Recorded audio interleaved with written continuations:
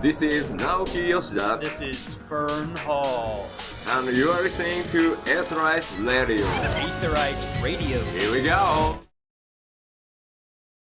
Here we go. All right, hello and welcome once again to Aetheryte Radio. This is going to be the Lorecast, episode 10. We're joined today by, we got Zanija, we've got Aldino, and we've got Anonymoose and Ethys. What's up? Hello. Hey. Hi. For the first time, because we didn't do this before. Yeah, no. So, we're going to jump into patch 5.2 lore here today.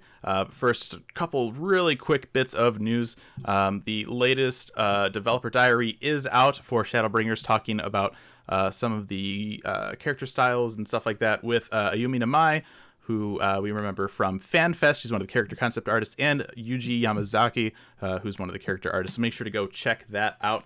We also have patch 5.21 dropped earlier this week with all the new Ishgardian restoration stuff, Diadem, all that stuff. We're going to be talking about that a little more in depth next week, so make sure to tune in for that. But for today, we've got Anonymous, we've got Ethys. We're talking about lore. So let's just jump right into it.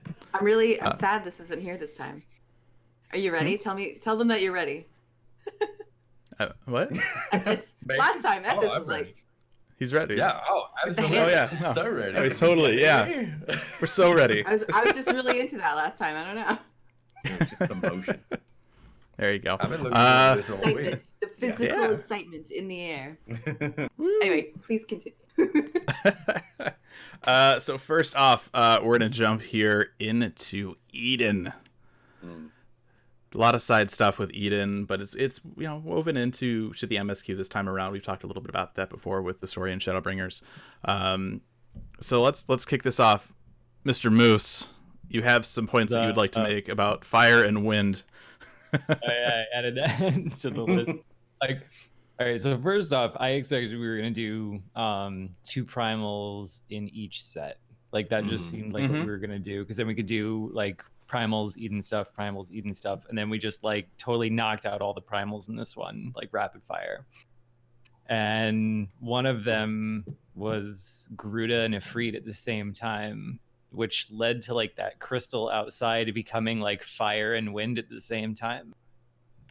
So at the same time, I'm seeing all this really cool stuff explaining how the elemental wheel works and how the corporeal ether works and how the planet works. But at the same time, I'm having flashbacks to 1.0 and early 2.0 where they were just oh yeah, well, you can't have 2 elemental aspects at the same time. That's crazy. And what?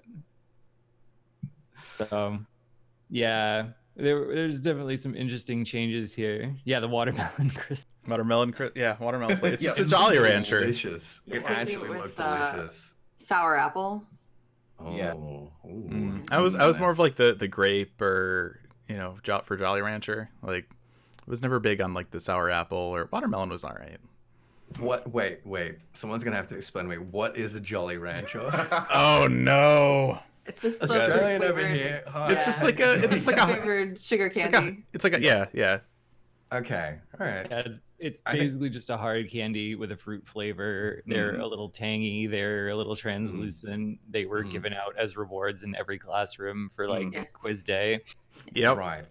And they can have 2 elemental aspects. Yes. No. Most significantly.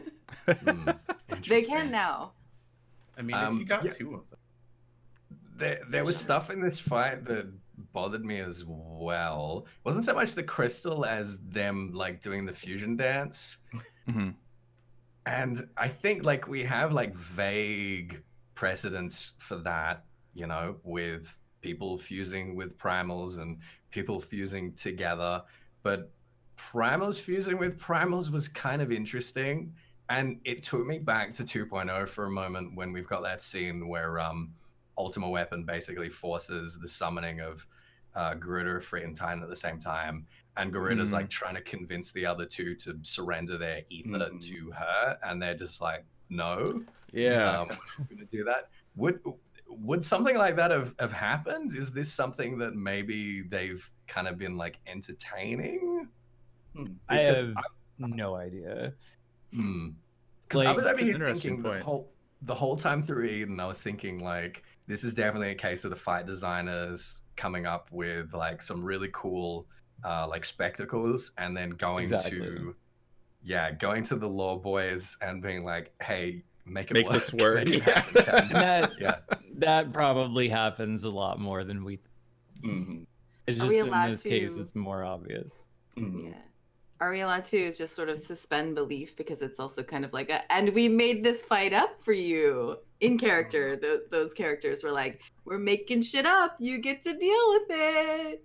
Yeah, I mean, we can pull all sorts of weird stuff into it if we want to make sense of it. Like, we've seen entities merge before, and it's not like they're actually Ifrit and Garuda. It's not like they're actually primordial forces of wind and fire. They're just arcane entities that have been summoned and are wearing those ideas as masks. But usually we've seen like souls merge before, but like, I mean, if we think about the center of Bahamut, we know that there's that like crystal core that he has, right?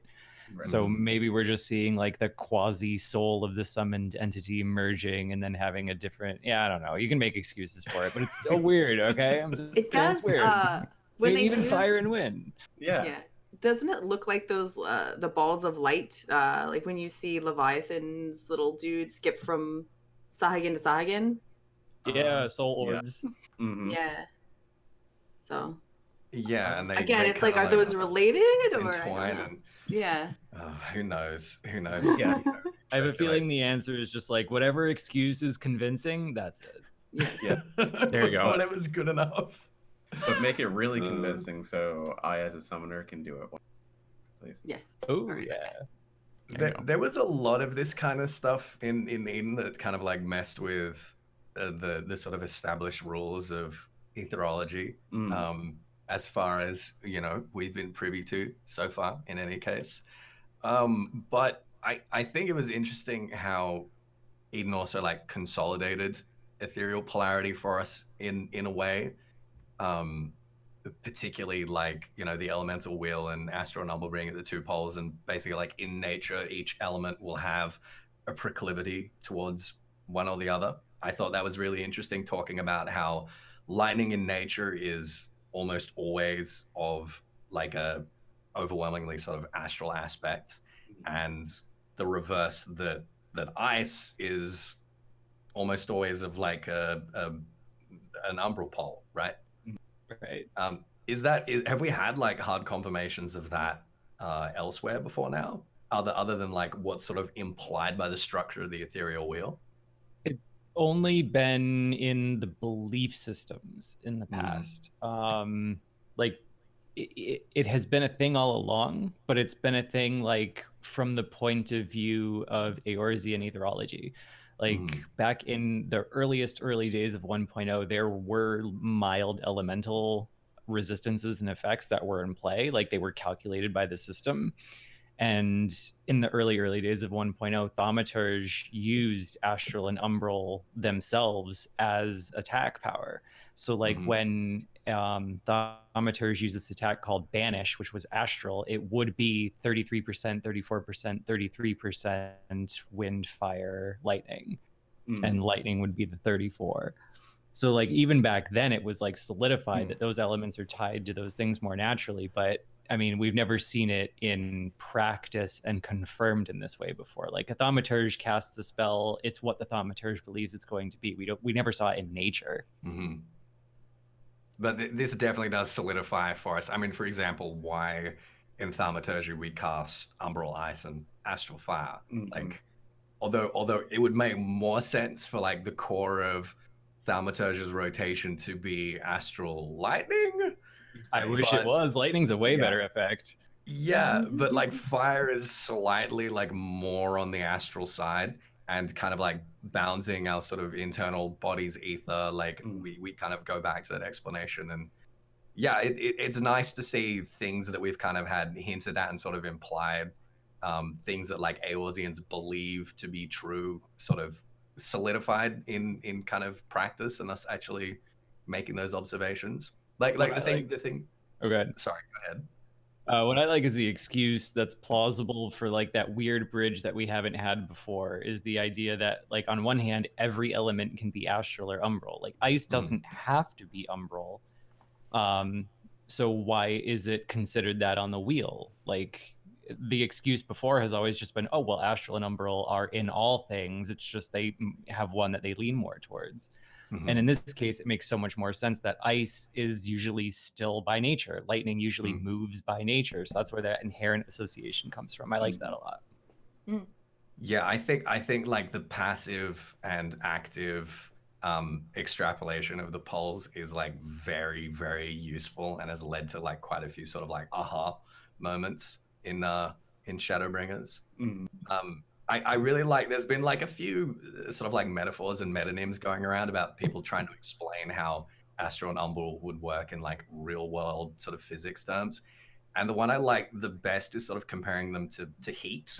Like umbral is the sort of absence of movement in ethereal atomism. It's still, so it's sort of like perfect umbral in the case that we see like out in the empty or whatever would be like basically like absolute cold, whereas astral to the extreme of a flood of darkness, having, you know, everything moving so fast that it just like blows out you know, across the universe, would be again like infinite heat conceptually, that atoms are sort of moving so much and so fast and so far that they just blast it out, right? Tickles my brain that there's so much science in this. It tickles my brain that the science is like relatively consistent. Yeah. That when we establish rules in like the metaphysics of etherology, they tend to like, even when they are making retcons, even when they are like making up new rules, they're still like consistent. You can still like work backwards. So I think Eden gave us like a lot of nonsense, but it also gave us like a couple of, I guess, solidifying, clarifying moments like that as well. To me, which was pretty cool.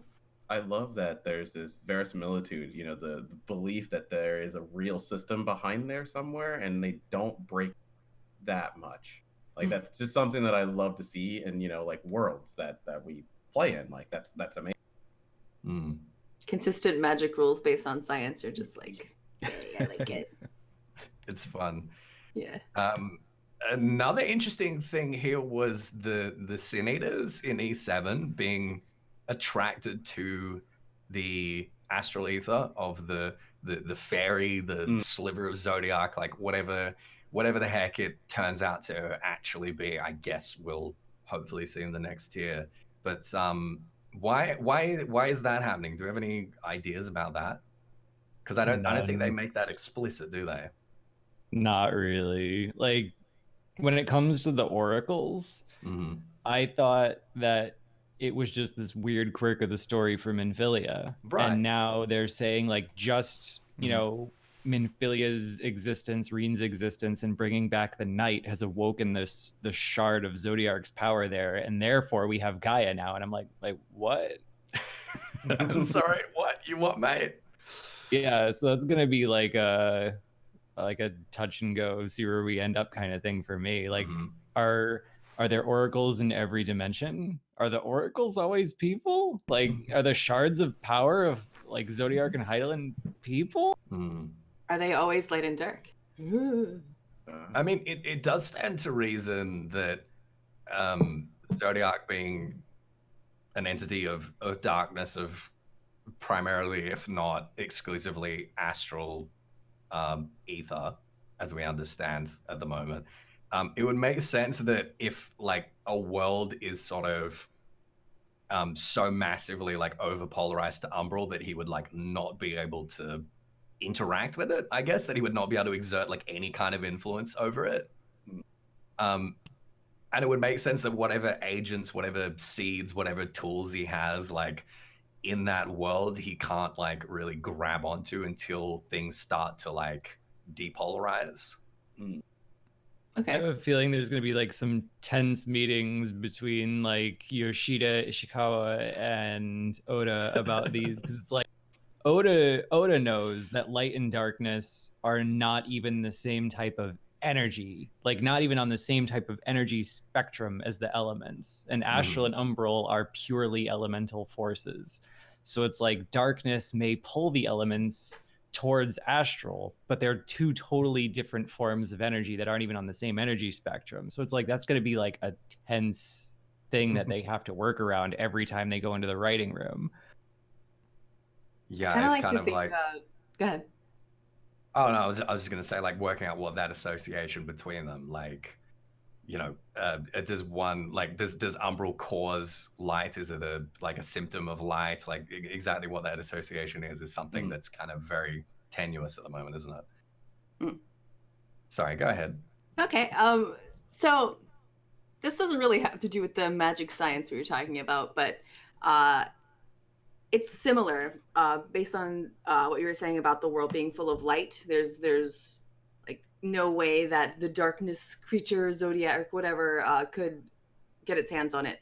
And when we start to restore the other elements, kind of think of it as a solid. And so it's still very full of light there, but you now have something in between that light. And when you have something that you cast light on, it makes a shadow, right? So suddenly there is a darkness created. Yeah, that's probably not a bad way to look at it. Yeah, as soon as there's something for the light to cast a shadow on, then darkness can sort of exist again. I like that. I mean, it kind of reminds me too of, I mean, going back to 2.0, right? The idea of like, oh, we'll just have the beast tribe summon a bunch of primals and that'll mess up the Aether and stuff enough that Zodiark stuff can happen, right? I think it's that same kind of thought, but it's just a little bit more direct now. It's like, okay, you have all this light on the first, and we go in, we mess it up a little bit, and now there's a little bit more of leverage, right, for the other side of that. I think is how it's working. Yeah, I think that's basically what was happening. So I was really fascinated. So like the fight in E7, what's happening is that whatever that fairy is, it's an astrally aspected being of considerable power, and this massive flock of sin eaters is just like drawn to it. It's like moths to a flame. Yeah, and I think that gives us a lot of food for thought as well, because the empty is like perfectly aspected to umbral, no ether moves whatsoever.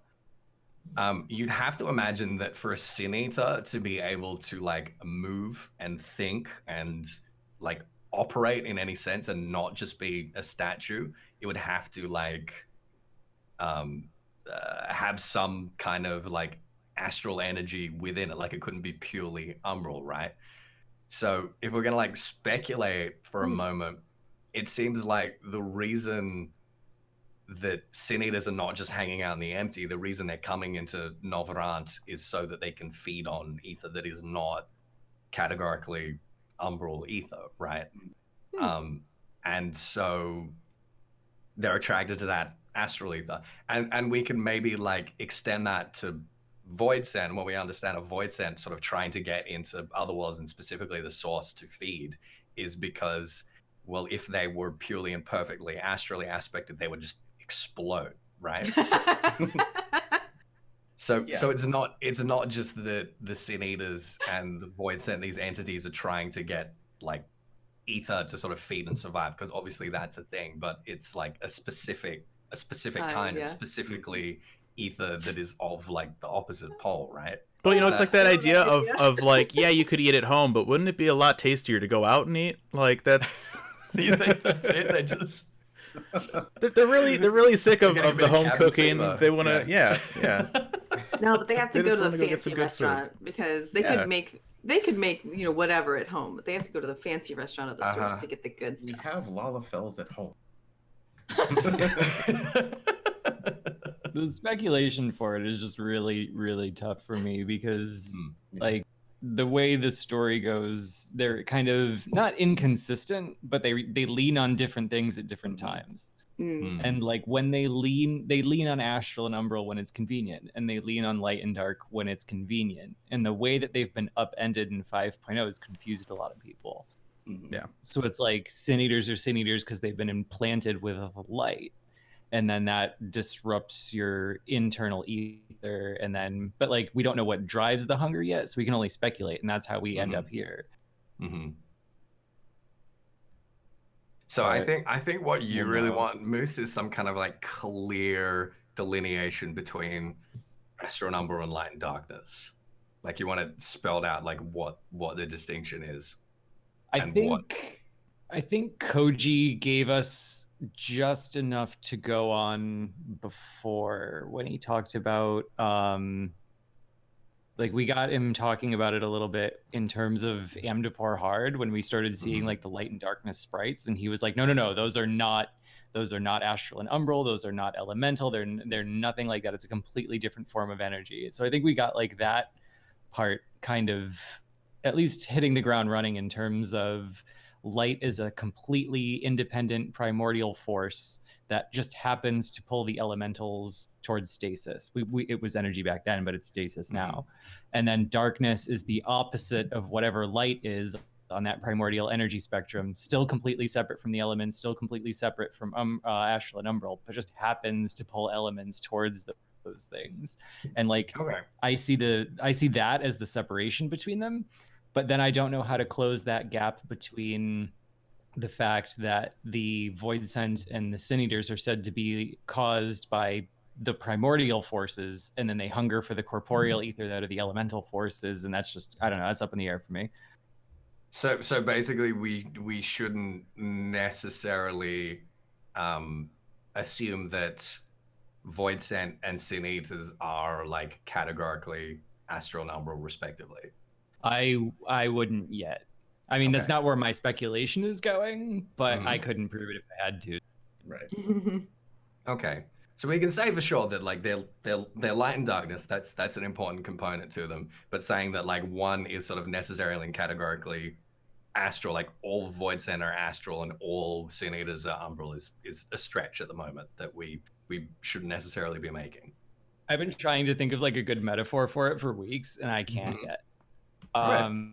Like to say that like umbral is very strongly associated with light, and that light creates umbral energies, but light and umbral are not the same thing. It's a very hard thing to give a metaphor and an example for. Like they're not synonymous, but they're deeply associated. So let's try this. So we've got the idea that ice in nature is almost always umbral. Yes, but not categorically umbral. It can be astral. Yes. So perhaps we could say the same thing about light and umbral. Like umbral is almost always in nature light, or light is almost always in nature umbral, but not necessarily, not categorically. Okay.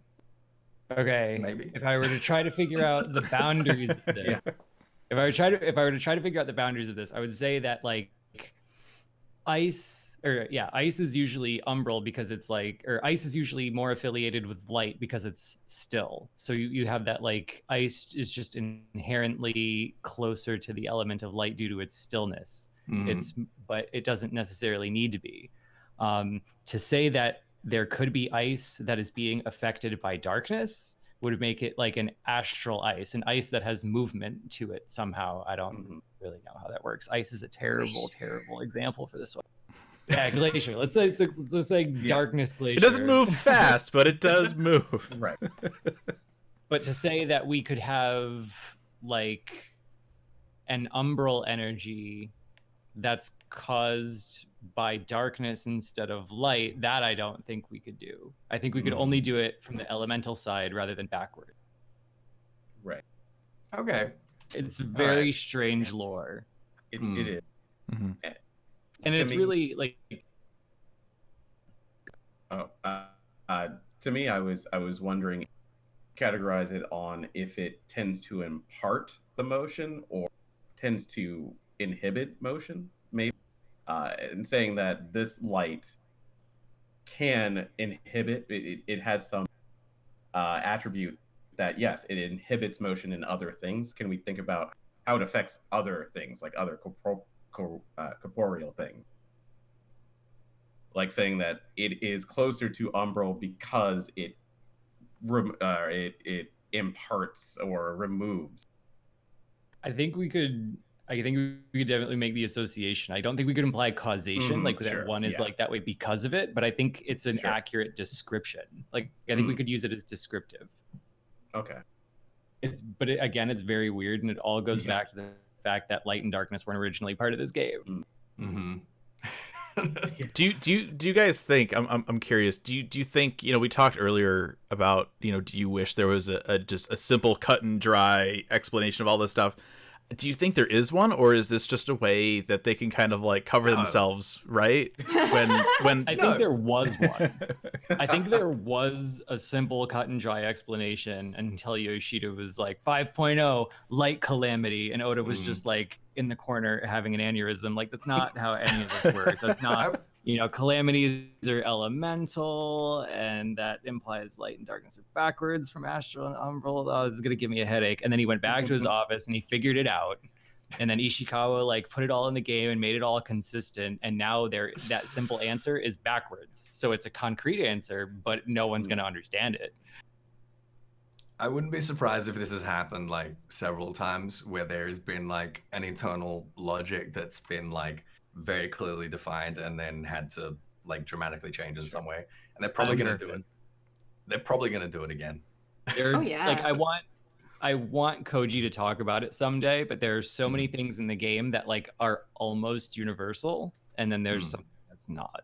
Like the way the map is laid out compared to the elemental wheel, it's almost the same, but it's not. And where the primals are in relation to that, it's almost the same, but it's not. And like I always just go back to remembering that like the calendar, like what months were associated with which elements, we were given that by Square Enix before the game came out. And then when launch happened, they were like, no, JK, the calendar's this. It's totally different. I think we'll probably never get like cut and dry answers to this, because if cut and dry answers are out there, then suddenly like their hands are tied on Absolutely. Well, right, and then people can go back. Well, what about the things in Amdapor? What about and that's exactly. They need it to be at least a little bit loose, just to play with stuff. Yeah, gameplay wise. The door always needs to be open for Eorzeans to be stupid. Right. That's really what it's down to. They have to be able to say like, yeah, they just didn't know. They were dumb. They can't. They got it wrong. True. I like that. What else have we got in Eden? I think like that's mostly Eden stuff we've covered. I mean, I think we sort of implied Reen's really strange decision to become the become the host for Shiva. But here's the interesting thing as well, is that like she talks about, well, ice is closest to light, and I'm gonna help Eden kind of draw that out, and what could possibly go wrong and all that.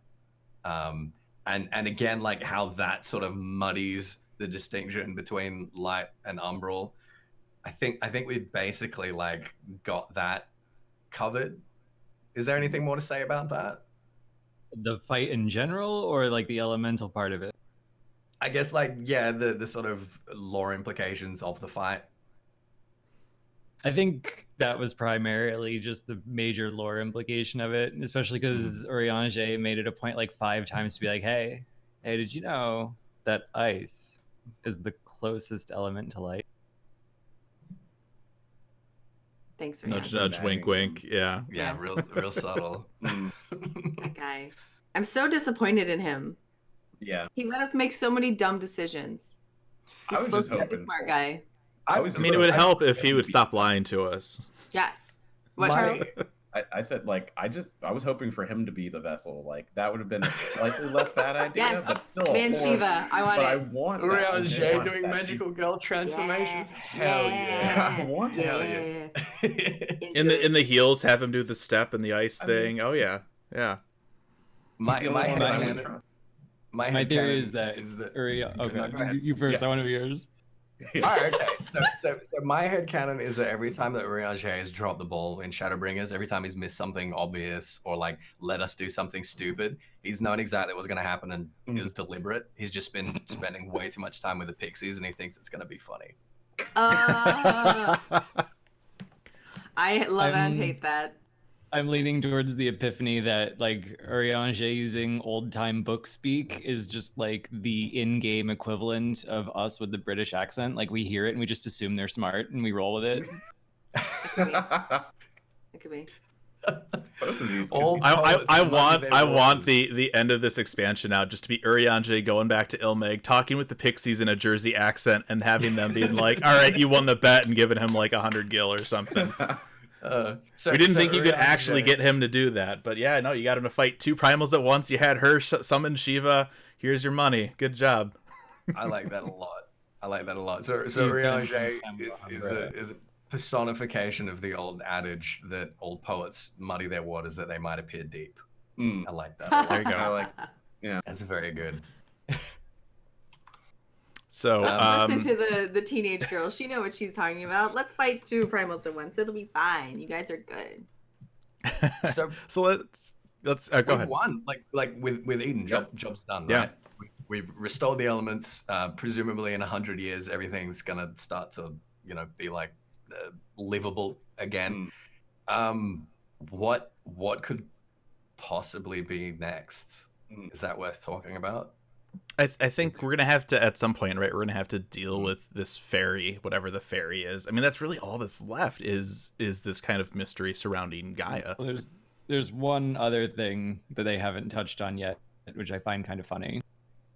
Is like Eden wasn't supposed to be the raid; it was just supposed to be part of the MSQ. Yeah. And what back then it was supposed to be tied up with how it brought the flood and what the first Sin Eater is. And I feel like that's been dragged on longer than the story was ever supposed to drag it on. So I feel like that's going to be tied up in there somewhere. Like, why are we still calling it the bringer of the flood? Like the flood is like 6 patches. yeah. Just tell me why it's the bringer of the flood. I feel like I'm watching Lost at this point. Like, what's this one? We have to go back to the island. Yeah. Oh my god. Every raid series is like this though. Like we never get any straight answers until the last iteration. Yeah, so I guess that's what we have to look forward to is what is he? What is this thing? Why is it? Why did it do it? What how did it do it? I guess that's what you're saying. Is that that'll be the next part. Yeah, I find it very inconsistent that the flood was like simultaneously primordial force, like a consequence of elemental like messing around, the Warriors of Light doing their thing, and then also this big machine in the desert. Yeah, they couldn't really make up their minds. It's like they had a sort of pitch meeting and like, all right, what caused the flood of light? And everyone's just like put out an idea and they're like, yes to all of those. Everything. We are all correct. They went to flip a coin and the coin just landed on the side. You're like, how does? All right, everything. Yeah. It's an omen. All right, it's all of them. Oda, make it work. Oda's in the other room, like, How do we feel about this like pretty hard confirmation that Urianger and Thancred are not going to be in Novarant in 5.4? That didn't surprise me, because if you look at the 5.2 trailer, there's still that scene that we haven't gotten where it's looking like Boja Citadel stuff. You have Sid and I keep forgetting her name, but the woman from the right, and all of a sudden all the scions pop up. So I think it's gonna weave MSQ into this content, and I think they're just gonna come back. They cannot travel back and have like a major plot point in a why not point X5. That would be so weird. It would be, and so would be including 24-man raid quests in a 8-man raid patch. But we got that too. Yeah, I Still haven't done kinda. them. Yeah, a little bit. Kinda, like not really, like it's sort of. Yeah. Yeah, that That would be. just seems like a contingency to me. Like that people a year from now are going to look back and go, well, patch equals canon. So, in 5.3. So they're just like prepping for what those changes are going to be 2 patches from now. So it makes sense when people look at it in the past. Right. Yeah, that's fair. I mean, it's probably. I mean, that's the most pragmatic answer. It's probably that. That makes sense. Yeah. I mean, we've But it's also hard talked too. in terms of story. So Yeah. I mean, Yeah. we've talked too about how much they've been weaving all the side stuff in with the main narrative this time around too. I mean, so who knows at this point? I mean, we'll have Gabranth is going to be part of the Boja Citadel stuff. They're going to, bring that back, and it's just there's a lot of stuff going on. So it wouldn't surprise me if they did, weave some of that stuff into it. And the fact that they had it as almost kind of like a bonus quest, right? Because you needed MSQ done in order to get that last bit for Eden, where they're like, all right, so we're going to peace out here soon, which makes me think, yeah, maybe that's what's going to happen in this next patch. I like it. It just further threads the story through all patches and keeps it fresh and interesting rather than, all right, it's been a couple months. What the heck happened last time? Yeah, I don't like this sort of strong delineation between what is MSQ and what isn't, because it feels really disconnected. Like, as far as I'm concerned, all the content that you do as a player is MSQ. Yeah. Like, if you do it, that's the story. And the idea of feeling like, rewarded, feeling like everything you're doing is sort of like relevant and interwoven is always like, it's super rewarding. Yeah. The only thing I don't like, go ahead. Oh no, I was just gonna say that's what you want for the MMO. You want the meta narrative to be all the way through all of the content, and like it's more lately, and it's great, but that does make it. We can't make that delineation anymore. So like, should we expect that in this 0.5 that we might get something? I don't know. I mean, it's nice to not know. It's nice to feel like maybe we might. Surprise. I mean, given the visuals, like, something's gonna happen. We just don't know what, to what degree it's gonna happen. I don't like the idea that it's gonna be part of the Boja Citadel, because that seems like content you could skip. Sure. And I want to know what happens. So well, maybe keep in mind too, it could just be for this initial bit, because remember, we do get a trial with this. That's fair. Right. Okay. Yeah. And then, I was told Boja Citadel was vaporized in every book, every house, everything was gone. So like, this whole thing to me is like angry grumble. Well, we brought Eden over, and we're gonna recreate it with how we think it was, and then we're gonna do it. This is Eureka all over again. I can feel it. In my bones. I mean, there's definitely. I mean, we saw, in that trailer again, this very odd looking kind of instance that we're going to be running through. Something happened. Something's weird. So it's definitely not whole. So at least it's destroyed, but it's still kind of there. But it's weird looking, at least, right? It's just not this perfect thing. So who knows? Yeah.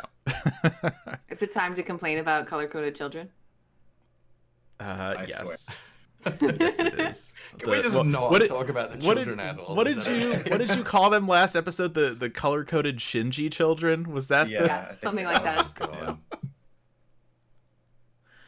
Sorry. Oh boy. Yeah. So let's move here into the weapons storyline now. Yes, please. Yes. Lots of good stuff in here. Let's talk about Darnus starting off here. I feel like there's comments that want to be made here.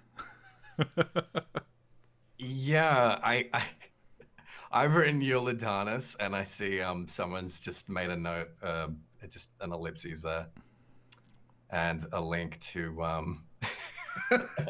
a very good tweet. Is there anyone in the world that doesn't know about Euladanus? Do we need to like reiterate anything about Euladanus and how Nail was never actually Nail, and was Nail's sister who murdered their father after he sent Nail on a suicide mission and killed all of his staff and killed all Nail's staff, and Nail's betrothed committed suicide upon his spear, and so Eula renamed the spear after her and was like, now I'm gonna go and just hate the whole world and mess up everything, and we're on top of that, right? I mean, If you're not, we have several lore trains on the site that you can look up that will explain all of that. Yeah, there's this really good like short little piece called Rise and Fall of the White Raven, I believe. I don't know if you guys. Piece. Yeah, it's just like Just a a little short- kind of like just a little like bite-sized, like easily consumable little A couple dozen paragraphs. It's Yeah. nothing. Take you an afternoon to read. There's also the what did we call the final nail in the coffin? I think is what we. Come on. It was too easy, right? You can't not make that joke. Forgot about that. But yeah, if you don't know about Eula and Nail, but then this. they just keep bringing it back. So, the question I have here, what I really want to know is, how did they get the data? Yeah, that's what they want to know too. Because it can only have been from Coil. Like, there's nowhere else. It's not data on Nail Vandanus Imperial Legatus. It's data on Nail Deus Darnus, the tempered post calamity abomination Bahamut slave. Like the fact they use the word All those Orosite, words. that like Orosite is usually a container for something spiritual related. Like there's always some kind of spiritual component to it, some kind of vessel component to it. So like they could try to pull some very strange ethereal spiritual memory nonsense, but Coil, at least, I mean, that resonates a little better with me in terms of like, yes, instantly sensible thing. which is interesting though, because I mean, one of the big things about Coil was like, you go through that, and then everybody's like, okay, we agreed, we're never going to tell anybody about anything that happened here, and then all of a sudden they went in and cleaned everything up, right? And they have precedent for going into old Allegan stuff and ripping it apart and pulling information out of it. So it's not that much of a stretch at all, I think. The reason we decide to hush hush about Coil was because we're worried that if people find out that people, like, civilized spoken races can summon primals, then the Empire is just gonna like basically wipe out all of Eorzea. Right. That was like one of the big points why we decided to hush hush about it. And then next patch we get Shiva, and it's suddenly redundant. Don't summon my grandpa, and then you do. That was the twins' big concern, was that if someone tried to summon Louisbois, it would turn him into like an actual real Garuda style primal, and he'd never be Louisbois. Yeah. I remember when we first went into Coil, it was specifically because the 14th Legion was trying to get in there. And we were like, we cannot let them get their hands on Garlean secrets. We need to go in there and secure it and make sure that they can't. And then we see Nail and Louis Soir and like take like a sharp left turn. But the 14th Legion, they couldn't get through that first ADS. They couldn't get past the bouncer. No. they didn't know when to use stun, and yeah, they couldn't work out like an interrupt rotation. Figured it out. We effed it up. They rage quit. Yeah, but that's the thing, right? We cleared it out. We like cleared the way for them. And at no point did it occur to any of us to like actually go back and secure it and make sure that the thing that we said we were going to do, we would actually do. And like the only thing I can imagine with Ruby Weapon is that, someone must have gotten in there after us and like, I don't know, found a tombstone recording from the holodeck, or like we forgot to close the door behind us when we went in, and that was all it took. And there's a precedence as well for people we think are our friends not being our friends, so you never know. Yeah. Sure. Yeah. Okay. Yeah. How do we feel about synthetic Orosite? I mean, synthetic echo. Confused, but Synth everything. I think like- it's the Garleans, right? So they always make synthetic something, right? They always find a way to do, like, you look at how they've used, ceruleum with stuff, and the artificial echo. They're always, maybe they can't quite work the original stuff, but they're like, it's okay, we can just remake it and it'll be fine. I think they might be cleaning up something in Japanese that's not clear to people who play the English version of the game. That's how I feel about Oversight. Every okay. time they give me a tidbit, I'm like, huh? In Japanese, the Heart of Sabik is not called the Heart of Sabik. It's called Black Orisite Sabik. Oh, okay, So that's a to little more have- straightforward, yeah. Yeah. So, like, if the core of the original Ultima weapon was black Orisite, then the core of the Ruby weapon would be synthetic Orisite. And if the core of the Ultima weapon was a shard of Zodiark's power, then this would be a shard of something else's power. And they're using technology to infuse it with something else, like Darnus's combat data. So I think it's just a cleanup of the Japanese term that we're not kind of privy to. Okay. That's much more clear. Actually, yeah. That makes sense. I'm just going to go ahead and crumple up this one theory I had. We'll just get rid of that then. So, Orsai, as we understand it, contains like basically soul, mind, like that kind of material, that kind of stuff. And I guess like the implication here, I mean, if the synthetic Orisite is actually like the same sort of material as like non-synthetic Orisite, I guess the implication here is that like that mind stuff, whatever it is that like the Orisites and Iblis, for instance, draw on and like amplify, is data. Like in a way, it's no different from any other kind of data that would be contained on, say, like an Allergan tombstone, right? Is that the implication here? Because that's another thing we've been doing, like particularly since 5.1, is making some sort of distinction between like what is soul material and what is mind material. And like the big conundrum in 5.1 was like white Orisite will apparently contain one but not the other. So do we have any, like, what do we know like for certain about Orisite? Mostly that it's like a container. Like, I think one of the things we're going to learn is that mind, soul, and memory even are all spiritual ether, and that's like connected to the life stream. I think we're going to figure that out eventually, because like in Japanese, in Japan, those concepts are really tightly intertwined to the point where you can even swap the characters that render them sometimes. So I think it's going to be one thing that we see, and that Orisite can sometimes act as a container for it. But I really like the idea that you call it data. Because I think it would be really cool if like the thing that the Garleans were known for in terms of advancing stuff is being able to just render the mind, soul, and memory that's in ether and in the life stream to a way you can replicate with ones and zeros. Right. Yeah, and that's Altered carbon. Yeah, exactly.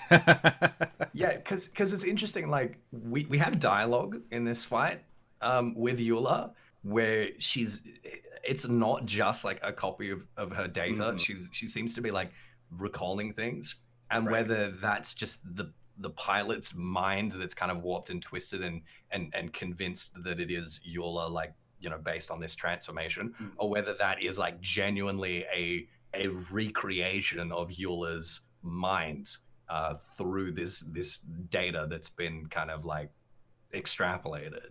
Well, and you know, it makes me think a little bit too. I mean, look at the body that Emmett Selk was using. They just made a bunch of bodies for him to use, right? So they know how to clone. Yeah. So this is just, the internal. Yeah. Well, right, but it's so it's the other. It's the pairing of that, right? You have like, you can just make the body, but then what about the rest of it, right? And so that's kind of, I think, what this is starting to address a little bit. I'm so worried. I'm so worried now that they have like Solus Vandanus Orisite in storage somewhere, and then they're gonna like bring Emmett back to life with that. Please no. Yeah. Please don't do that. What if they start cloning us?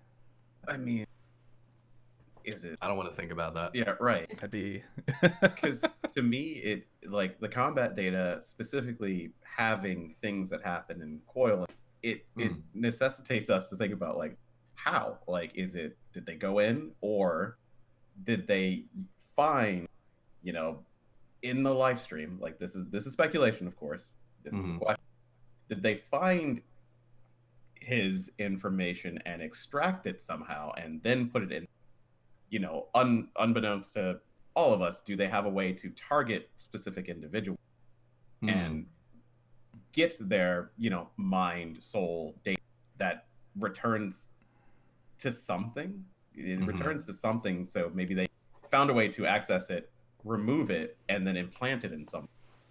So, Is I that mean, what we've seen something similar, right, in the 5.0 MSQ when Emmett Selk helped get Y'shtola back, right? That Sure, kind of yes. idea. I can't imagine Emmett Selk teaching that stuff to I Garlean Engineer number 3 or whatever in order to pull Nail out of the... I mean, maybe, right? It's not completely unfounded. But, yeah, I mean, that's... Okay, I could see that, yeah. We're going to come a bit later to some stuff that Emmett Selk may or may not have done in Garlemald. That guy. That heckin' guy. I think there might be a hint in the Arch Ultima fight, though. Yeah. Like, do you remember when Estinian fought that, like, Yes. prototype? Yeah. They were loading it up with 14th. They were calling it, like, data from the 12th and data from the 14th. And the one from the 14th was using, like, Livia's moves. Right. And it's not really obvious that that's what's happening until you go back and watch it again after Ruby. Right, I didn't even think about that fight after Ruby, because it Right? recontextualizes that whole thing. Huh. Yeah, well, Ruby Weapons Mark III, Right. which implies that what Estinian fought was Mark II. Yeah. I also find it really interesting that, like, we know the difference between the Ultima Weapon and Proto Ultima and the Ultima Beast, I think it's called, is that the latter two were Allagan attempts to sort of like replicate like Primal's attacks, like create like an anti-primal weapon by sort of like, studying the Primals and like, again, using like data. And Ultima Weapon is the use of presumably Orosite. I think like the Heart of Sabik, I think we can like tenuously assume that that's Orosite of one kind or another, to like literally contain the Primals. Like that was the difference. And it's just kind of wild that the Garleans have sort of worked something out that the Allagans didn't. Because apparently, at least according to Laha Brea, the Allagans didn't really understand the nature of the Heart of Sabik or what it was or how it could do what it did, right? Yeah. But do we have anything else in like Ruby Weapon that's particularly interesting? The orphans, I do not care about them. Skip it. Yeah. I do not care. see the orphans as pretty much just like a Gundam storyline for the time being, and it's cool and it like resonates and it fits. And we know Gaius loves adopting people with absentee parents, but like I think we're gonna have more to talk about later. He loves grooming. Yes, he does. Yeah. I'm sure you would prefer the term like recognizing and bringing out their true potential. True potential to... It's grooming. Yeah, it's grooming. Yeah. One thing I did want to bring up before we move on from Ruby Weapon, the end of that quest line, we did have, so we run into Gaius, right, last expansion, and he's got a couple people with him, and one of these guys, Valdalin, he's like, just remember, like, if you go back to Garlemald, I will kill you. Like, okay, so Gaius maybe isn't the one in charge. Like, what is going on with this guy? The sheer audacity that he thinks that he could beat the Black Wolf one-on-one is just unacceptable. Like, no way, dude. Take your shot. Not a chance. Yeah, who are you? Is Do you this even have guy? a name? Right. So just before I'll pull it back out of the trash, my theory originally, before we learned about the Japanese term, right, we know right from MSQ that somebody can be the heart of some kind of entity. I was like, what if this dude is like the heart of Sabik and he's somehow guiding Gaius around to try and do stuff? That was my wild thing, but of course now that's maybe not so much now. But yeah. Listen, that's better than what I've got, which is fucking nothing. Right. Sorry, Mitch, go on. Just say he's Travanchet for now. I would be into that. That would be such a twist. God. Yeah, it was just incredibly telling to me that Gaius doesn't even respond to that. He does like there's no response to remember if you go back, I'll kill you. None. Like, yeah. Right? Like, he doesn't cool. even entertain. So like what does that mean? Like does he yeah, I know you could do it, or is it the yeah, shut up. I don't you mean nothing to me. I feel like it was an unnecessary. Non-response. Yeah, he's like, okay, that was super unnecessary. Do you feel like a big kid now? See you later. Yeah, I mean, like what Gaius tells us when he's describing his survival of the explosion of Praetorium was like, yeah, I was gonna die, and then I just decided not to, so I didn't. Right. Well, I mean, I changed my mind. That's what he told us, right? But maybe that's not actually what happened. Sure. Because maybe it has something to do with this guy, and he's like, you can't tell anybody about me or who or what I actually am. Mm. I'm hoping it's both. Like, I'm hoping that, like, this guy is tied up with how Gaius ended up being smuggled halfway around the world and surviving and starting a new, like, group together. But I'm really attached to the, like, whole explanation of his totally, allegedly impossible return being just, like, man literally too angry to die. Yes. Yeah. That would be the best, honestly. Yeah, I mean, they're not mutually type exclusive. thing. Yeah, they don't have to be. Yeah. I think there's definitely something there, and I think we'll get to it at some point. I think the question right now, and this we can speculate on a little bit, is what other combat data do you want to see, right, with the rest of these weapons? Last week we talked about wanting to see Van Hydrus come back. Yeah. We always talk about how he kind of felt like he got the short end of the stick. Yeah. Will we get a Cape West Wind Extreme? That Right. brings up a different question though. If we do get Van Hydrus, and the entity that does show up is less a copy and more of a continuation of the mind of the person, is he going to be like, what is this? What have you done? I'm not fighting this right now. Right. How would he respond? Yeah. Yeah. Yeah. I don't know. I can't think of anybody else. I'm sure there. I mean, we saw a glimpse of Livia. Yeah, I do want to see Livia. Livia could be interesting. Well, I would be so mad if She crazy. It's the nature of storytelling that we assume the writers are going to have combat data of people we know, but like that's not like. That's true. How do we know that there's not just some fighter back in Garlemald? Yeah.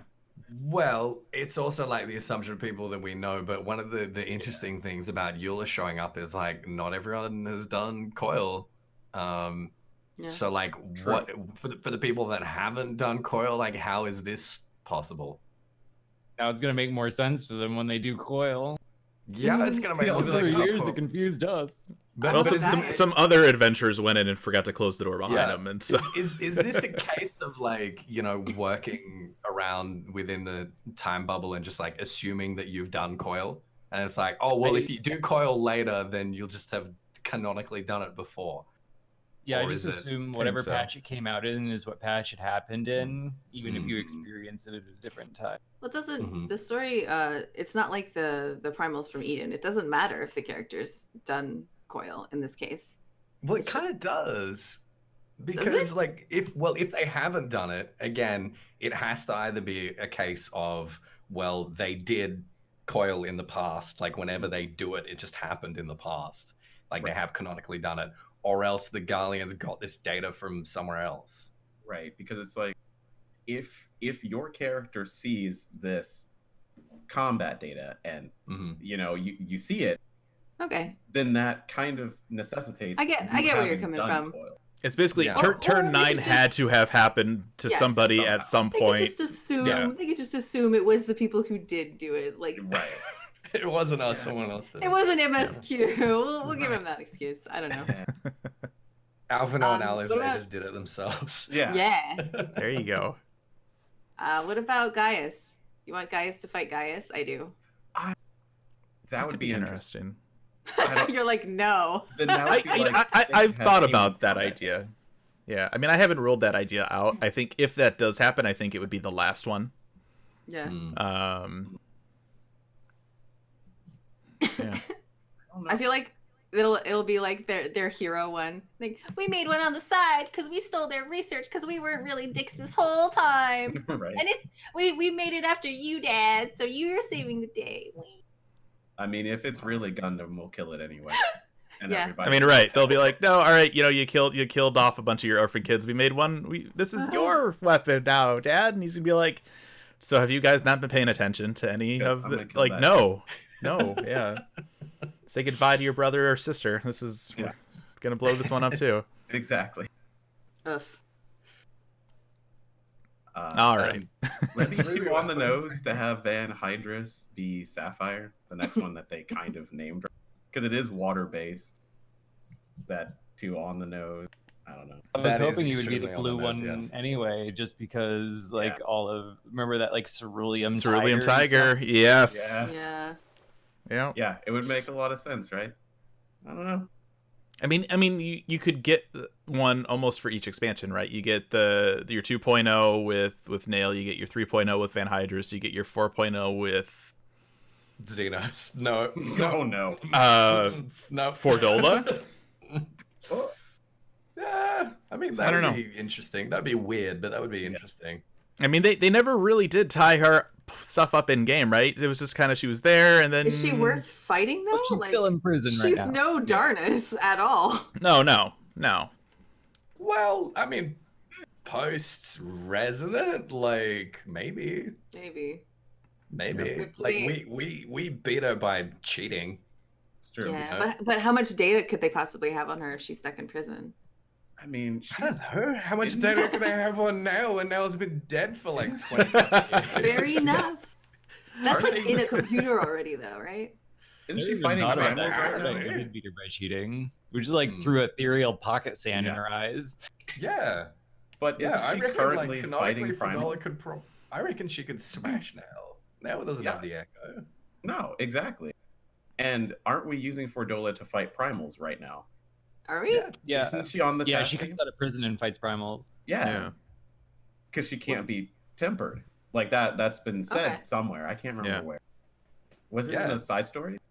Like that's off absolutely screen. There is a separate side story in the Mhm. Chronicles of Light book for her. Yes. Yeah. Yes.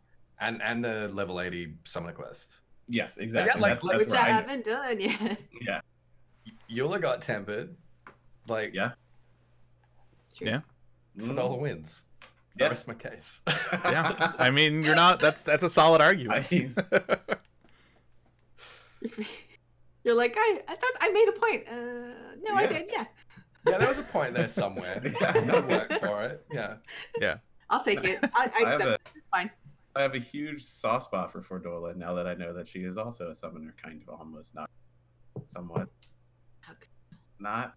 I don't She's know. she's not a summoner. Not quite, but working with them. I don't know why they told me this during my quest, man. I don't know. Didn't tell me how I could Alright. summon Phoenix. I'm gonna let that go. But that's fine. Let that go. Don't lie to us No, I'm not. I'm never gonna let go. It's gonna They be here never told me forever. how I could do it. until they answer you in 2 expansions. Is there anything we want to talk about with like Ronka and the Katari? Is there anything worth touching on that? I dislike the choice option. Okay. Why? You just like the choose your own lore thing? Is that what it is? I do hate the choose your own lore thing, and it's because I like the canon to be canon, right? Just to be this is what happened, right? Yeah, okay, if you want to play around with how the elements work and stuff and not give us a cut and dry, sure. But like having, all these multiple choice of like good stuff happened or bad stuff happened, and to have that then be like, "Oh, yeah, like that's how it went." Like that bugs me a little bit, right? Like So then I have to say what I said last week. yeah. Is our big counterpoint that we actually had a disagreement. Yes, you are presented with a choice. Your little totem pole or whatever has the different choices on it, but there is a real history. It's sitting over here. We don't necessarily know what happens. There are depictions of it, and our totem pole is just our decision as to what these pictures mean. They don't necessarily mean it's the truth. I choose to believe they're both wrong. Yeah. I choose to believe that the real history is not going captured at all. They're both wrong, and what we're choosing is how they're going to remember it going forward for the time being. That's what I choose. Like, even if we're being like confirmation bias with our history. Yeah, that's absolutely it. Like it's not choose your own canon. It's choose like what's going to be recorded, and it's bad history. Like it's being like really bad historians is seeing this thing that can be interpreted in two different ways, and us being like, fuck it, we're just taking one path. We're only going to write adventure down and two one mice business. decide history. Not good. Yeah. If we got like both of them together, we could work out some probable actual close to history thing, and then the canon would be, well, there's a debate between. Yes. And people are wondering, people are saying like, oh, Encyclopedia Eorzea Volume 3, Encyclopedia Novarat, whatever it's going to be, presumably they're like, oh, they're going to tell us like which one is like the true one, and they're super not. Like, no, that's not gonna happen. Unless they resolve it in quest, like at the end they'll be like, oh, we actually found a stone engraving, and this is what actually happened, but they didn't. Okay, well then never mind. No matter which path you choose, no matter which path you choose, they will discover something that like supports that path. Which is pretty wild. But like it's just really bad history. Like it's like, well, sorry, like we've only got like so much space on this tablet here, so we can only record one of them. That's the thing that irks me. That's the thing that bothers me. Is that the Qatari is supposed to be these like legendary, scribes. I think that's made up history also. Yeah. One thing that I really like, my favorite part of the Qatari quest was their canonical title was a double entendre. I don't know if any of you guys caught this, but the official Ronkan title for the Qatari scribes was the Stewards of Note. No, I haven't done these. You get it? It's a double entendre. Stewards of Note, like they write notes, but they're also noteworthy stewards. Yes. Okay. I thought that was hilarious. It's really good though. Like I actually it just wasn't clicking in my head. So okay, got it. I laughed out loud at that, and my chat's just like, "What are you laughing at?" It's funnier when you notice it naturally, but when you get told it, you're just like, "Oh, all right." I haven't even started these quests. I don't even. I can't. I don't do crafting. I love that the look on his face is just like, I'm surrounded by Philistines. See, I didn't even know that. I don't do gathering either. Only gathering. If only there was some kind of new content that was added to help with that. Yeah. Charles don't have time for that. The other interesting little lore bits about Ronka that we got out of the Qatari was that the first Ronkan emperor was a Ronso, and the founding races were apparently the Ronso and the Duran, which are the Varantic Al-Ra. And then they encountered the Qatari, and then they encountered the Vis, and at some point, conquering most of the rest of Novrant, they also brought in a large population of humans. So that was cool. We had the patron god of the Qatari is Oxtalan, who's the god of the dead and the underworld. And card matching games. Yeah, and matching games. Yeah, can't be all bleak, right? I think we've got. I'm trying to think. I think we've got the names of 6 of these chief deities of Ronka, and I'm kind of wondering at the moment if they're not their names for the 12. Because they seem to match up in a couple of aspects here and there, and that might be particularly interesting moving forward based on stuff we're thinking about the 12 in the 5.2 MSQ. Right. Could be compelling.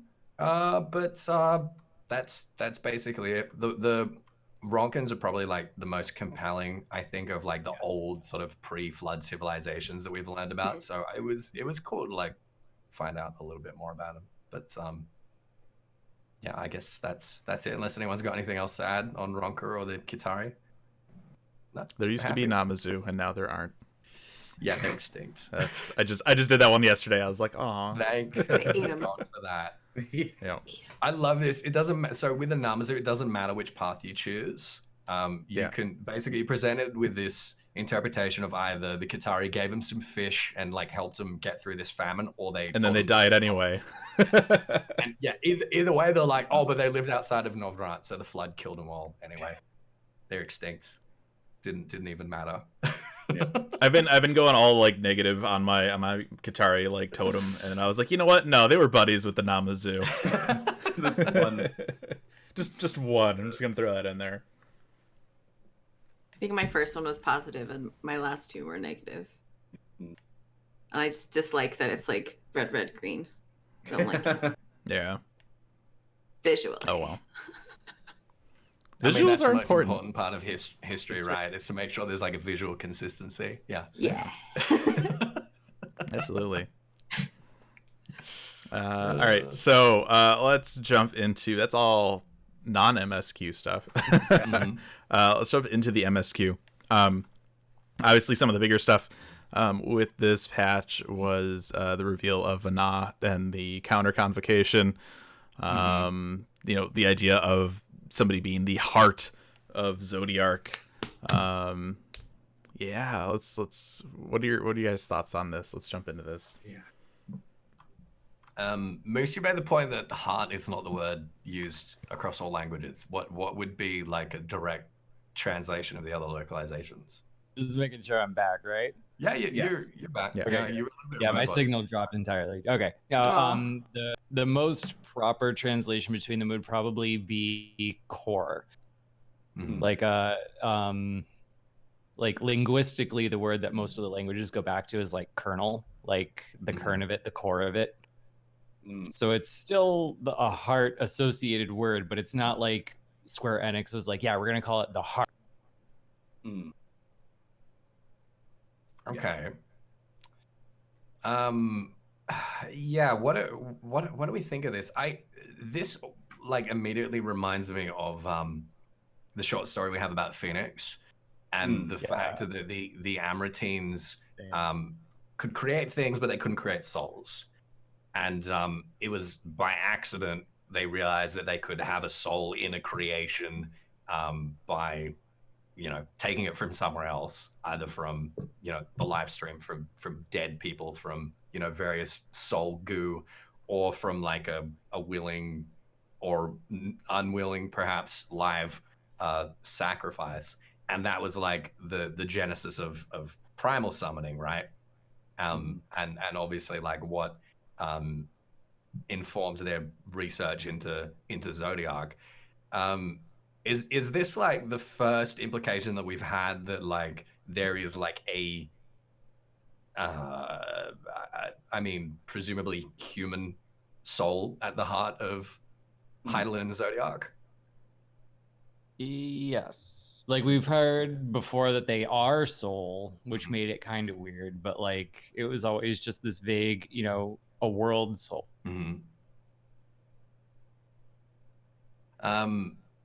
So how do we feel about that? Like what implications might there be for this? I'm like just on standby. I'm like, all right, okay, go on. Yeah. Right, go on. Yeah, I mean, I'm kind of feeling the same way. It's that idea, right, of if you have it's like the idea of like before you have we knew there was Hydaelyn and there was Zodiark, and they're just these two opposing forces. We don't know quite what's going on other than they're just like it's God, mom, and dad that are just constantly just trying to keep things in balance or whatever. But now the idea of there potentially being somebody kind of at the center of that, and potentially directing that is a little weird, but at the same time doesn't really change it. You know what I mean? Like, they still have agendas regardless of who's in charge of those agendas. Right. So what I want to believe is that you just needed a soul to build onto, and that once it was built onto, it wasn't necessarily that thing anymore. Because otherwise you have just two ancients and their old wills just lying to everyone all the time. And Didn't they basically say that? And yeah, I think so. Like, I think that's a proper interpretation of it, and I'm hoping that's a proper interpretation of it, because otherwise, like, Vana as Heidelin is just weird.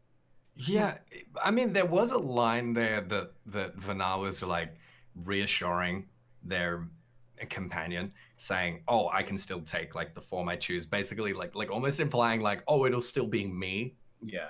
At least in some way, to some extent. And it's interesting. Like, on one hand, before now we thought of Heidelin and Zodiac as like these sort of like primordial forces that are beyond human motivations, that are beyond like human like moral psychology and moral reasoning. Right. And now suddenly we're like, we were so reluctant to like describe them as like good and evil so much as just like these sort of necessary universal forces. But now knowing that there's like a human being at the core of it, or if there is still a human being at the core of it, that kind of like complicates it. And it's suddenly like, well, maybe Zodiac is evil. Maybe Zodiac is bad and not just, you know, this necessary force. But intuitively, you would think that once you take like a person and you give them the souls of, you know, millions of people in these godlike powers and godlike perspective and godlike knowledge, that whatever they were before, they're kind of not anymore. And they would kind of like evolve beyond those things. So there's definitely like some really interesting problems here that I think, and I hope we'll see explored a little bit more. I think we need to mention that Vana has 12 companions in that hologram. And are we ready to make that leap? Are we ready to like commit to that? I don't know about commit, but I'm ready to be excited. Yeah, definitely. Yeah. I think there is that very real possibility that that's where this could be going. Yeah. I'm ready to be excited for the Asians not having anything to do with the 12 finally after all these years. Right. I'm ready. Yeah. And it was a little touch and go there for a minute, wasn't it? I got a little nervous. This conversation at all about Vana being the heart, and you know, this sort of conversation just makes me want. So I can't wait for more Ultima, because there's so many similarities to taking someone, not their combat data, but having them be the heart of something, the mind behind something. And is that what Ultima, that storyline, is trying to show us? Maybe not, probably not. I don't know. But it's just so similar to me. And you know, and we we've just showed up and we're like, hey, that MSQ thing you got going is pretty cool, but what if we added mechs to it and made a different storyline also? Cool? I don't know. We've had little bits of all of this kind of before too, right? You look back at the extreme primals where it was like, oh, it's sacrifices and stuff into this primal. Well, that's what we had with Zodiark, or you know, we have that, oh, like I'm gonna become like the center of Heidelin. Well, we had that kind of idea with like Ysael, right, where she took on that kind of power, and it's really interesting the similarities, I think, between all of that, and how, you know, it looks like Zodiark and Heidelin were kind of created now. The one that really jumped out at me was actually Heaven on High, and the Guardian of Heaven on High, the floor 30 boss,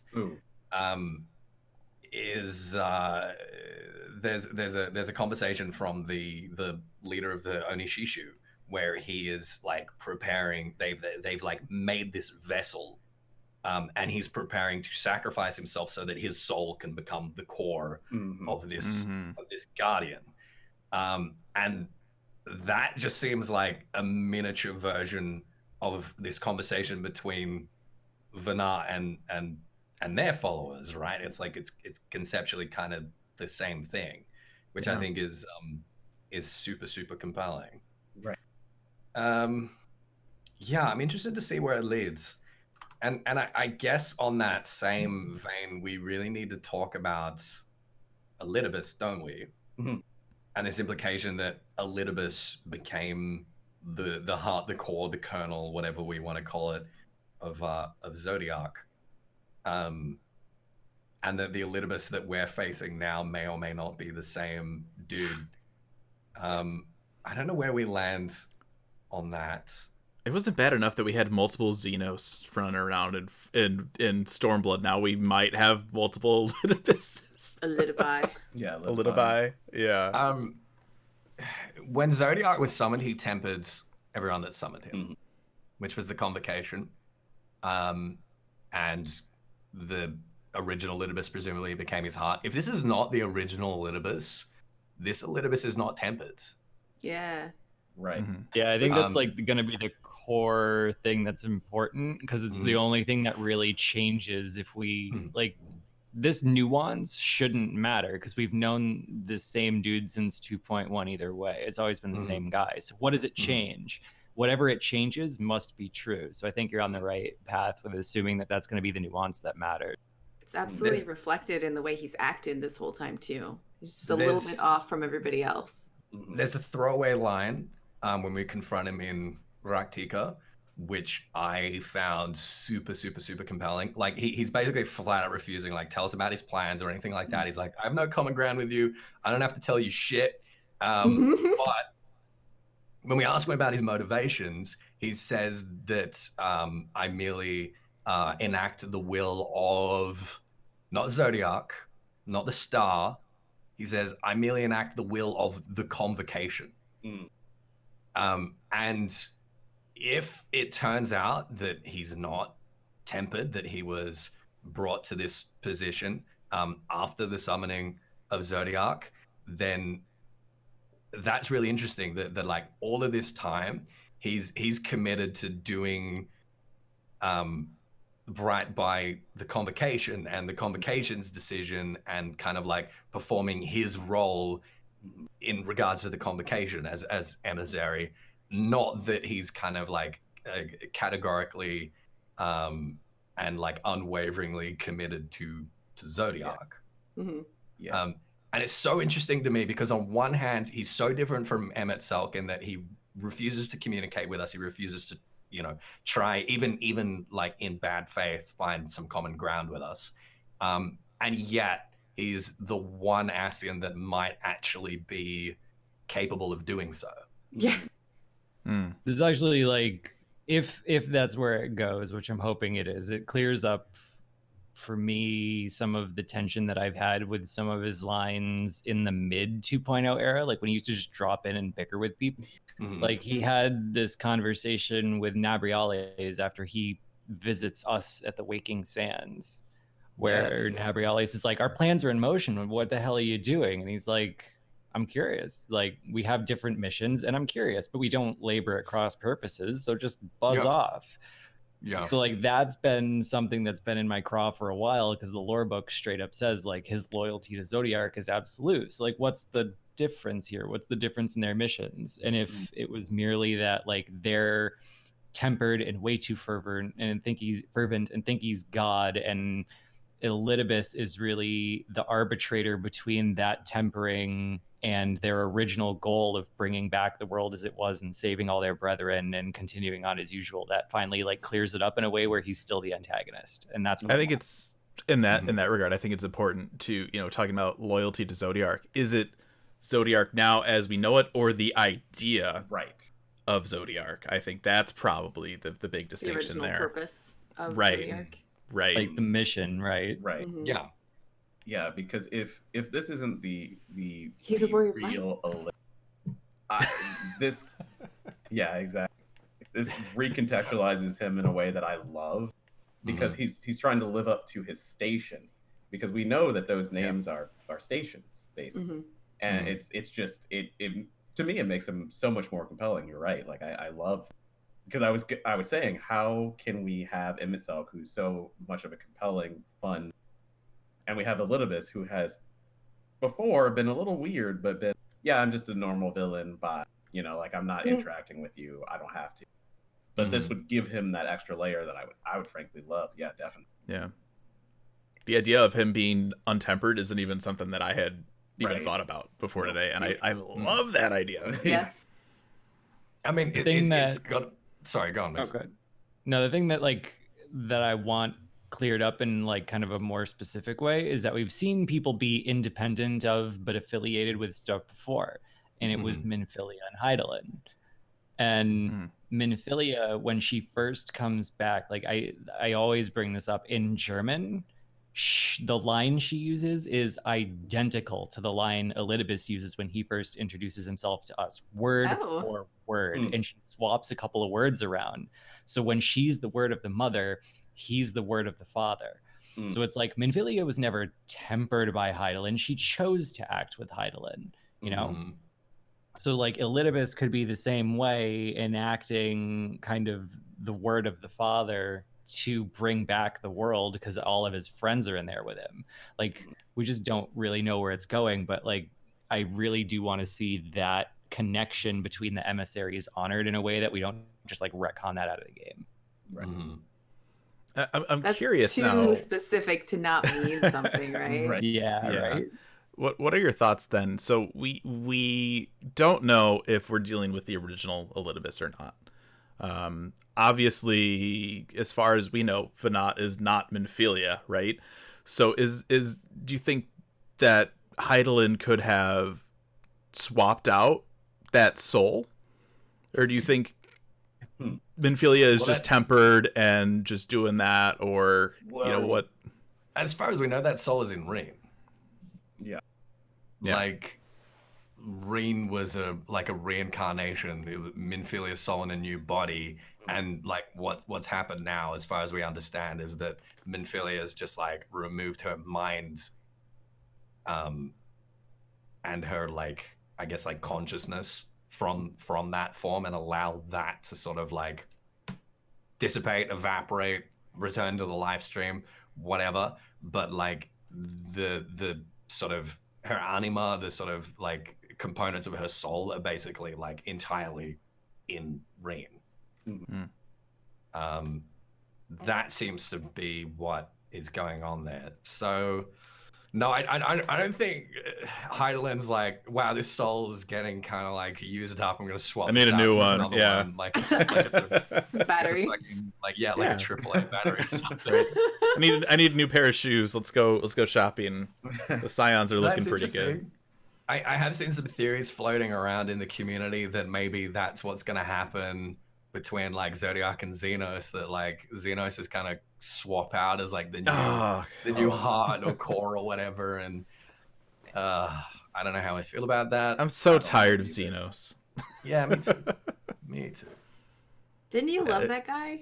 Well, so it's interesting, right? Because I had this I've talked about it a lot going through Stormblood, the idea of like he's the only bad guy that ever like beat us, right? That constantly was like, we didn't just be like, oh, okay, and then you're done. But then they had, we finally defeat him after he fuses with Shinryu and is even more powerful. Then we somehow beat him, right? But then all this other weird stuff happens, and I feel like I don't know, I feel like they're dragging on with him a little bit too much, but that's just me. I agree. I agree 100%. It's just me and Ethys, I guess. I think they're addicted to using him as a wild card. Yes, Yeah. absolutely. And he's scary. A little bit of unpredictability in the story that's finally like a lot of the stories being tied together and cleaned up and reduced, and that means that it's a little more binary, and that I think they're just like keeping Xenos around longer than they intended to get to a point that they thought they'd be at sooner, and then just using him as chaos in the meantime, like a little bit of unpredictability. The thing that I would dislike, though, especially when you make that point of unpredictability, is if he does do the fusion dance, right, with Zodiark, that's just the same thing he did with Shinryu again, but with somebody else. Like, Yeah, but And then we'll beat if him he again. does that, Yeah. if he does that, he's gonna lose. Yeah. Right, but That's if he the does thing. that, they clean up a part of the story they've been struggling with for a long Mm. time too. So back Okay. at Square Enix, they're like, Yeah. Mhm. but Okay. I don't know It's if just we there. don't know he's going to be successful. That's the big Yeah. thing. It's just his Yeah. goal right now, and we never would have predicted that as part of that goal. He'd just be like, "Oh, the Warrior Light's not here. I'm going to go home and kill my father." Yeah. Like we never really thought that's how Varus would exit the story, but again, chaos. He did. Yeah. See, I mean, Varus like wasn't that. doing anything useful What? anyway, so. I like that because like the arbiters of chaos are becoming progressively less and less chaotic and more predictable to us. Mhm. We've gotten to the point, particularly in Shadowbringers, where like we've basically got the Ascians worked out. We know what they're about, Yeah. and they're not sort of like wildly unpredictable anymore, and there kind of needs to be some element of that. So yeah, I think like as a narrative device, Xenos is great. As a character, he sucks. Yeah. I like the chat. Xenos is a bounty paper towel for lore spills. That's great. Oh, He's there so we can look at the Ascians and be like, ah, such Hell good yeah. writing, such good villains. This guy, what is this? what is he eating? What is you? Speaking of Elidibus, one of the major points in 5.2 is us trying to work out what Elidibus's plan is, and the Suns being like, "Oh, what could he possibly be planning? What's happening?" Moose, I know you've made the point that like he told us. Well, he did. Yeah, He did tell. He told us the players like at the end of He 5.0. told the players. He didn't tell anybody else. Like he told And- the players and like the moon. And there's no Yeah. ambiguity whatsoever. It's not like, oh, that could be interpreted in a few different ways. He literally says, I'm going to keep them mired in the first, and then I'm going to use Warriors of Light to kill them dead. I'm going to kill this guy. Right? There's no Yep, ambiguity there. Is there ambiguity there? Am I missing something? I don't think so. Like I think Maybe there's just in terms of trying Good. Okay, in terms of trying to predict the story, I think there's a little ambiguity because maybe he doesn't Yeah. succeed at any of Mhm. that, and maybe there's some secondary component, like some kind of light effect, ethereal effect, elemental effect. We don't know, but I think that's all incidental to. I just want somebody to go like full Esail, all zealotry, no doubt, and stab the warrior light and his friends dead, and just get this over with. He's not very Uh, creative, is he? No. What I was going to say is I think the only thing you could sort of maybe try and stretch to interpret is what he is now defining as Warrior of Light. Because he's changed what that is. He a little doesn't bit care. He doesn't care what it No. is. I think that's the thing. He's like, I just want someone to kill this prick. Like, I don't care whether I mean, they're fair. like a warrior of light or not. I'm just gonna Right. convince them that they are and Yeah. have them I think stab that's part him. of his. I think that's part of his like claiming it's ironic though. Like he's by our definition of warrior of light and his understanding of the universe, he's a warrior of light. Mhm. Mhm. Like it's just a very interesting thing to consider, and I think that's like part of the point of the patch art because like you can see Elidibus inside of the crystal, in between the warrior of light and darkness, and I think that's like kind of like the art they're going for. It's just Yeah. very weird to consider. All one and I- the same. We've given two NPCs names, Thaler and Vernard, and that's gotta lead somewhere. I think step one is convincing these two jabronis that they're warriors of light. Job done. Step two is convincing them to kill us. Yeah. And that's going to end very, very poorly for them. Yes. And that's going to be a little bit sad. Or again, like Moose said, maybe we find some way to just completely undermine Elidibus's plan, and we don't have to kill these poor innocent jabronis.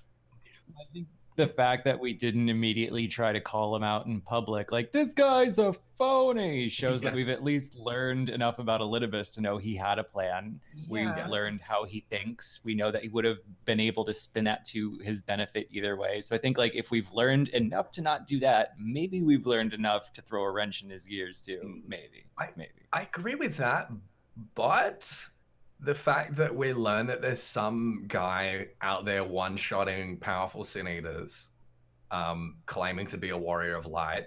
And then immediately we go, oh yeah, that makes me think we should tell everyone the truth about the warrior of light and how good they were and how great they They're were. not that smart. Yeah.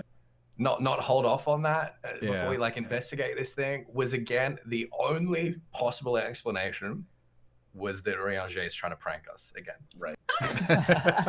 Well, That's you know, all I I also got. think it's interesting too with this patch, and it's, you know, you could probably argue that maybe the seeds were there even earlier, but I feel like with this patch you have that end cutscene, right, where depending on which role quests you do, right, you can talk to any of those NPCs, and like my immediate thought was like, oh, these characters are going to be the actual Warriors of Light going forward on the first.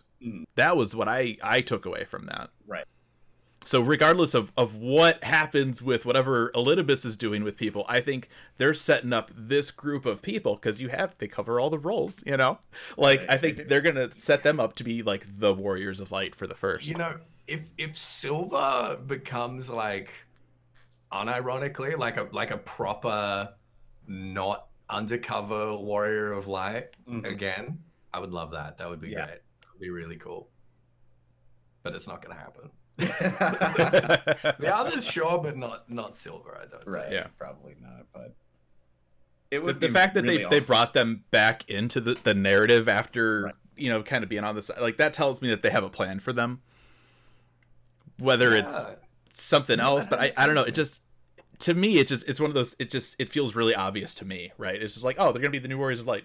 Okay, like they're the next party of you know, whatever. And So It They- could be as simple as when you get to a certain part of the MSQ, those souls come back and help you out, and you get the ones that you've done the quest for. It could be as simple as that. I mean, they could be doing something, you know, like Yeah. that, but it's like, why else bring them around? And I only did one. I don't know the rest of them because I only did one role quest. But yeah, they were all seemingly completely unaffected by Elidibus's plan. Like, they don't really care. It didn't affect them in any way, shape, or form. They didn't see the star shower, I don't believe. Like, at least no. They were just kind of dialogue. curious. They were Yeah. just like knock on your door and they're like, "Hey, what's going on?" And How you like, doing, tell them, buddy? they're like, "Oh, that sucks. Good luck." Yeah. Jets like punch for- that guy. Yeah, except for Silva, who's like, Mhm. "Hey, that's an Asian, right?" And we're like, "Yeah," and she's like, "Yeah, you're gonna put him back in the ground and like give him a proper burial this time." And we're like, "Yeah." She's like, "Okay." Maybe like burn the She just, body like, this scowls time. at the moon. I love Silva. Yeah. I want more of her, and I want her to have a chat with Una Calhai. Yes. yeah. There you go. Una Calhai? Ukulele. Yeah, Ukulele.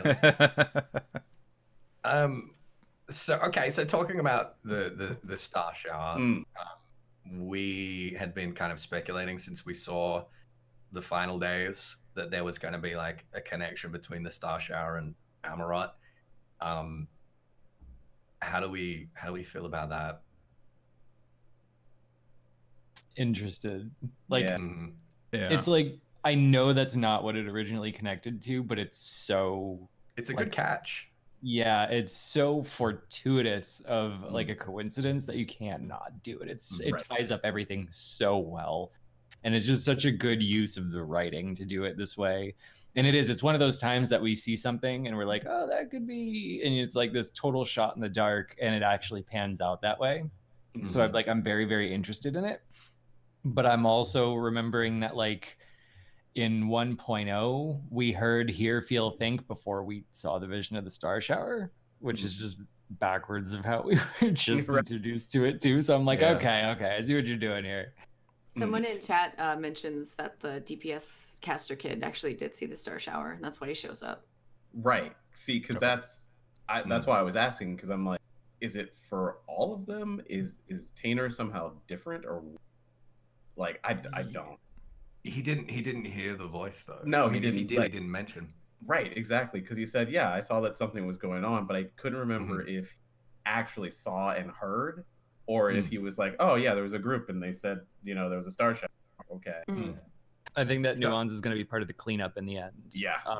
That Yep. not everyone who sees it gets it. Because in Yeah. 1.1, Like- 5.0, it appeared over Silvertier Lake. Like thousands of people saw it, but not everyone got the echo.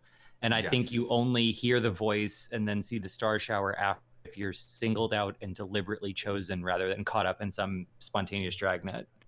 That kid Well, was and also, keep in mind though, the one that we had was fake, right? It was just an illusion. Like they didn't actually get the echo. So the fact that they didn't hear anything, what if that implies that maybe they already have something, but they just don't know it? My thought was that it just implies that they weren't there. They didn't see the final days. Like everyone's souls is made up of bits of older souls that's kind of recycled, right? And if you are an inheritor of a shard of ancient, like, pre-Zodiac soul, then you have that kind of bit of latent memory within you. And if it's triggered, you get the echo, and if it's not, you don't.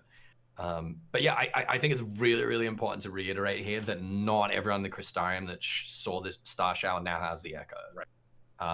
I've been going around to all the NPCs in the Crystarium and trying to work out like which ones mention hearing the voice, and I haven't found any that do like explicitly mention it. It's only really like Thaler and Vonard that like for sure do have it. And there's going to be others, but we don't know who they are. The other one was the Scions. They like almost definitely don't have it because they were with us in the dungeon in the final days of Amarant, and they saw it everywhere. And at no point did any of them sort of fall over and clutch their heads and start having like or whatever. That is very true.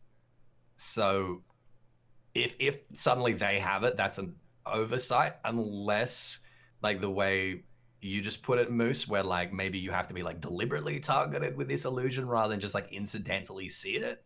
Because that's the other thing, right? Is like we know souls can't be created or destroyed, so it sort of stands to reason that everyone that is alive has, their soul is from bits of ancient souls, right?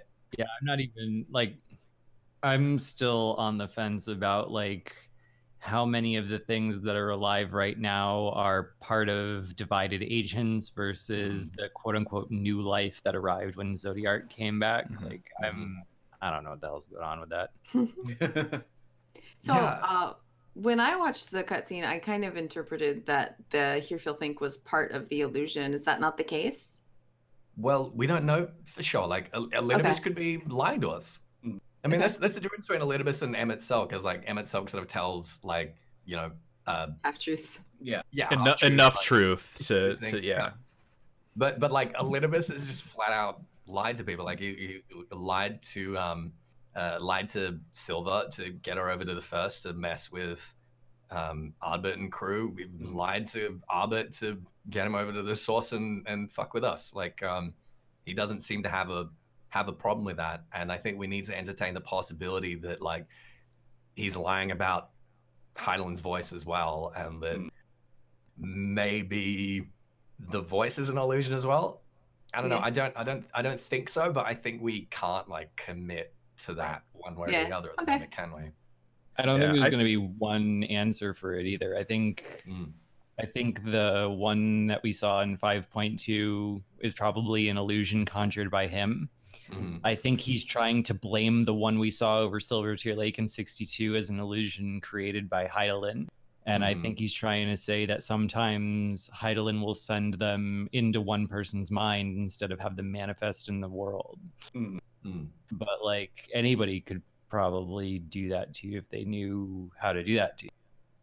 Yeah, I mean, there's so many questions, right? Like, I think it's all definitely an illusion from Elidibus. That's like it's part of his plan, right? But then you have to wonder, okay, well then what are the real star showers, right? How did those work? And it's just there's so many variables. It doesn't really answer the question. It just tells us that Elidibus is good at illusions. All right. It says there are real star showers. Yeah. What if it goes the other way? What if it turns out that Elidibus is the one who created the one over Silvertier Lake in 62? Right. I mean, that could be. They're like, oops, we accidentally made our worst enemy.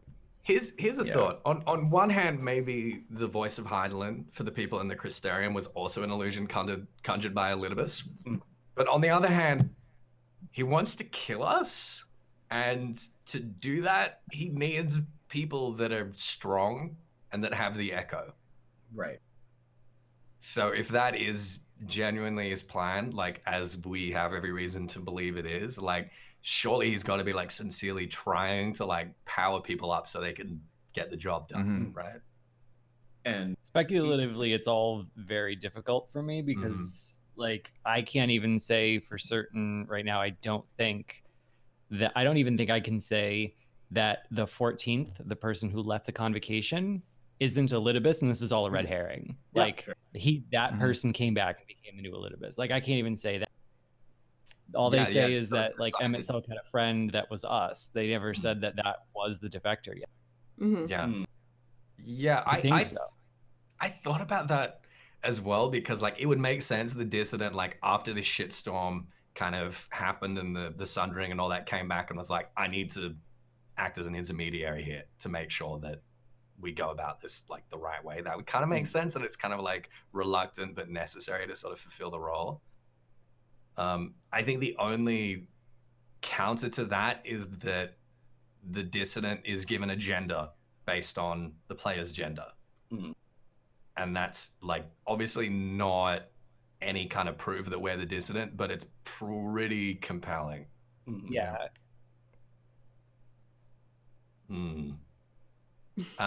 Is there any other like 1.0, 1.x stuff that has happened in 5.2 that's kind of wrapped up in a bow for us? Not on that level. I mean, I do like that we've had the Sargon sorted out. It's like, oh, okay, he gave the Sargon the echo by an illusionary star shout. Yeah, cool. I'm glad they confirmed that was because the Sargon and Philia both blamed him, but we never had any. I really wish that they confirmed what was up with Thornton because his lore is a mess, and a lot of it is solved if you say Elidibus gave him the echo and he just never brought it up. Okay, so why is that? Why is Thornton a mess? Yes, like, is that the question? In regards to having the echo or not? Okay, so we've been told two completely contradictory stories of how Thornton became Thornton. During this like lore Q&A questionnaire thing on a live stream, Yoshida was like, okay, so Thornton was the only one who was a primal, and he extended a blessing from him as an extension of that primal to all of the Knights of the Round, and that's how they gained their primal forms. Which, because we saw Zephyrin transform and kill why am I blanking on Horshafont's name in the middle of a friggin' podcast? So we saw him turn into one of those and kill Horshafont before we saw Thornton transform. Before he ascended, Thornton goes back and forth between primal and not primal without being tempered or losing his form or dying, which completely contradicts what we would expect given Shiva and Louisoix, where the difference was explained by the echo. So then we flash forward to the lore book, and the lore book says that Thornton became Thornton in the final fight itself because that summoning method was perfected on the Knights of the Round before him. So that's like completely contradictory. But then in that fight, that would explain how he becomes so like hyper fervent in his own belief, kind of self-tempered Tsukiyomi style, that he looks at you and he's like, what are you? And you're shrouded in darkness. That all becomes clear. But then once you kill him, all the Knights of the Round disappear too. So like everything's kind of a mess in terms of could he transform and then transform back into a man and then transform back into a primal and transform back into a man or not. I think the one way to resolve that is going back to like the sort of nature of the encyclopedia as like a diegetic source, that it's written by Eorzean scholars and like their interpretation of what happened based on their expertise and know-how, whatever. I'm in the same boat. I think the lore book should be an in-world assumption that's revealed to be an error. Yoshida's explanation should be correct. Thornton went back and forth a couple of times and blessed the Knights of the Round, and then you just clear up the whole how wasn't he tempered thing with that Elidibus gave him the echo. Yeah. And then you blame that whole misunderstanding on the fact that, like, when we first were given a foreshadow that something was up in Ishgard, it showed us this like quick flash of the throne room and who's standing behind the throne, Right. not just La Habrea and Elidibus. And like, La Habrea is the one who led the whole merge of man and primal thing. So what's Elidibus even doing there? So I think that would like clean up the story away. But So how do we tie that yeah, I into agree. 5.2? How do we tie that into 5.2? Yeah. In terms of like, just in terms of it being that easy for Elidibus to just be like, okay, you're gonna see a star shower real quick. Okay. There you go. Same with the Sahagin Primal, just in a different way. Like, I like to see the Sahagin Primal as a test for Thornton, the way I'd like to see Shiva as a test for Thornton. And then you can say everything from 2.2 to 2.5 was a test for how they're going to deal with the fallout of 2.0. Okay. Yeah, that's compelling. All right. Anything else? Any other tie-ins? Any other loose threads that we've seen wrapped up Yeah, neatly? pretty much everything else goes back to the presence of Silver Tear Lake, which we're not going to deal with probably anytime soon. The couple of missing Asians, which we're probably not going to deal with anytime soon. Other than that, I think everything's pretty much clear. Great. Yeah. Okay, so I guess like moving beyond the Elidibus stuff to like the last couple of cutscenes we get in 5.2. I was just about debating Morris. it in my head. Should I talk about Morris? There are a few like not main scenario plot lines in 1.0 that are just like off in the wind somewhere and no one's bringing, and Morris is one of them. And we joke around that he has to be the next NPC that comes back. There's this weird lingering storyline. Have you ever seen like that rock in the shroud called Amber Scale Rock? Yeah. That has no lore at all.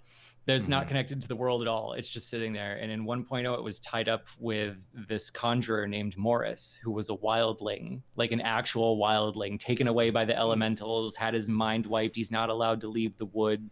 Now he has to like serve them forever. And they never wrapped up his story or alluded to him again at all. But he's supposed to have some kind of connection to Amber Scale Rock, which I think it was like kind of maybe a little implied to be a dragon the elementals bound to break a connection. Well, that's right, because them. we had originally thought that it was part of was it the Boy and the Dragon Gay? Was that the name we of had the... 2 or the 3 Boy and the theories Gay about Boy and the Dragon. Yeah. You And always all get of it those backwards. theories turned out to be wrong. The Boy and the Gay Dragon. Everyone always So says yeah, that they wrong. should clean that up. They should clean up the whole green rot thing. They ruined back for that. Oh, yeah. The elementals aren't part of the story anymore. They should clear up that. But like, in terms of the main scenario, we're pretty close to done. As long as we can clean up like the stuff that's still connected to the presence and who was and wasn't an Asian in 1.0 is kind of in the wind a little bit. Travan Shen's still in the wind a little bit. Yeah. Okay, good, great. Well, we got just like a couple of cutscenes Little left loose, at the end of 5.2. I found the whole like spirit vessel thing pretty compelling, and what's going on with that. Like we touched on a little bit earlier in the cast about how we've made this distinction in Shadowbringers between soul and mind and memory, how they're like connected but not the same. They are distinct in some way. And the vessel being like the white Orosite being able to contain a soul but not necessarily a mind. And like if we use white Orosite or something like that to bring them back, they'll end up just like without their memories, without their mind. They'll just be like zombies or whatever. And this idea that the Allegan royal blood is not so much like about the Crystal Tower per se, but about Crystal in general. And the power to sort of fuse soul and mind with Crystal, I think is really, really interesting. And the idea that like we need to somehow imbue these vessels with the Allegan blood to allow the Scions souls and minds and memories to kind of wholesale like join with these crystals and travel back. Do you have any ideas about that? Any thoughts about that? One wild shot in the dark speculation, and it's rooted entirely in that kind of Japanese worldview, and it's probably wrong. But my shot in the dark is that what they're saying is that like mind, soul, and all that stuff is tied up in spiritual ether, and that they can't figure out a way to move spiritual ether aside from through a corporeal body. So since they like lack that they can't figure out the catalyst, how they're going to like create that vessel. How are they going to get him into the vessel? Because the only way they can usually do that is with blood, and blood is a corporeal body thing. So if blood was the catalyst between soul and body and someone who is just normally living, then you would be able to use blood as a catalyst to get someone who's just soul into the crystal. So that's like my first thought, is that that it's going to be rooted in the fact that they just don't have bodies here. So they're going to have to try to figure out how to use, like without body, how to get them into the crystal. It's just mind by using blood as the catalyst, because that's how they transferred that in the Alagon covenant between like the how to use the chair. Remember? Oh yeah. I think that's what it's going to tie into, is like how they use the Emperor's throne, not necessarily the covenant, but how to control the tower. I see a lot of people worry that that's going to kill Grahatia. And I don't think it will. Like people are thinking like he knows that he's sacrificing himself to do this. And if he was going to sacrifice himself, we already know that he could just do that. That like if he dies, then they go back. Yeah. Apparently. We never Maybe he drains himself of blood and goes back to sleep in the tower, and then that's how the time loop finally stabilizes. There you go. He's not allowed to die until he fixes the goddamn time loop. Yeah. Yeah. Well, yeah, I mean, as we know, his original plan was just to take all of the light out of the Warrior of Light and teleport it into the void, and he would die, and everyone would just like automatically like slingshot back into their bodies. So his plan is definitely not to die as a result of this. Otherwise, he'd just do it the easy way. Yeah. Yeah, I don't know. I'm having a hard time imagining what is gonna happen to Graha through this. Well, what are the details that we have on the way with the way that the chair worked with the blood? What's like nothing? I mean, like, is there a reason? Is there a reason that we know of why the royal blood is the way it is? It's like Alagon etherochemistry was like baller. Like, okay, so they created an enchantment that would bind the blood and allow only the people of his bloodline to control the crystal tower. Okay. And then one of his descendants was like, well, this shit's hit the fan. I'm going to give this to a Makote. They have a lot of kids. And then one day, maybe one of them can come back and, you know, put this back on the right track. And what do you know he did? Right. But now we know it's not just the tower. It's like crystal in general. Yeah, there's some way that you can, like, I mean, if you have the enchantment at all, that's ether. Like magics are ether. So you have magics are ether, crystal is ether, mind, body, soul, mind, body, soul, memory are all ether, but different types, obviously. But if they're all ether, then you have that connection. But you just got to figure out a way. Right. In the end, everything is ether. Yeah, that's a tough one. That's a conundrum. The great MacGuffin. Yeah. So okay, so I almost want to see them tie it back to the void a little bit. I don't know how, but just I mean, you think about the pact that Zandy had, right, in the void, and you think about Gaia and the void. I feel like they could do something there, but I don't know what it would be. Yeah, I was hoping a lot more void stuff. Like when they named this patch "Echoes of a Fallen Star," I was like, "Oh shit, that's the 13th, right?" Yeah. No luck. No. So far. The other fallen star. The other one. Yeah. There's like 7 other ones, right? Star. I mean, yeah, it's like, yeah, that's a good point. Yeah. All right. So we can't quite, I guess, unravel the spirit vessels at the moment. So it just leaves us with Xenos and Is it Asahi? What is happening? Is it I Asahi? hope it's not. Yeah. Yeah, let's get that over with. Do we all agree that's his voice? Like, is there any other anything Do y'all agree on what? that it's Asahi's voice? I think it's Asahi's body. Definitely. I don't remember his voice well enough, but I think it's definitely supposed to look like Asahi. I think it's deliberately supposed to make us think it's Asahi. But I don't know why. Right. You and Xenos' bitch. I just don't want to think that it's another Asian possessing Asahi, because I'm like, okay. I don't know what I hate more.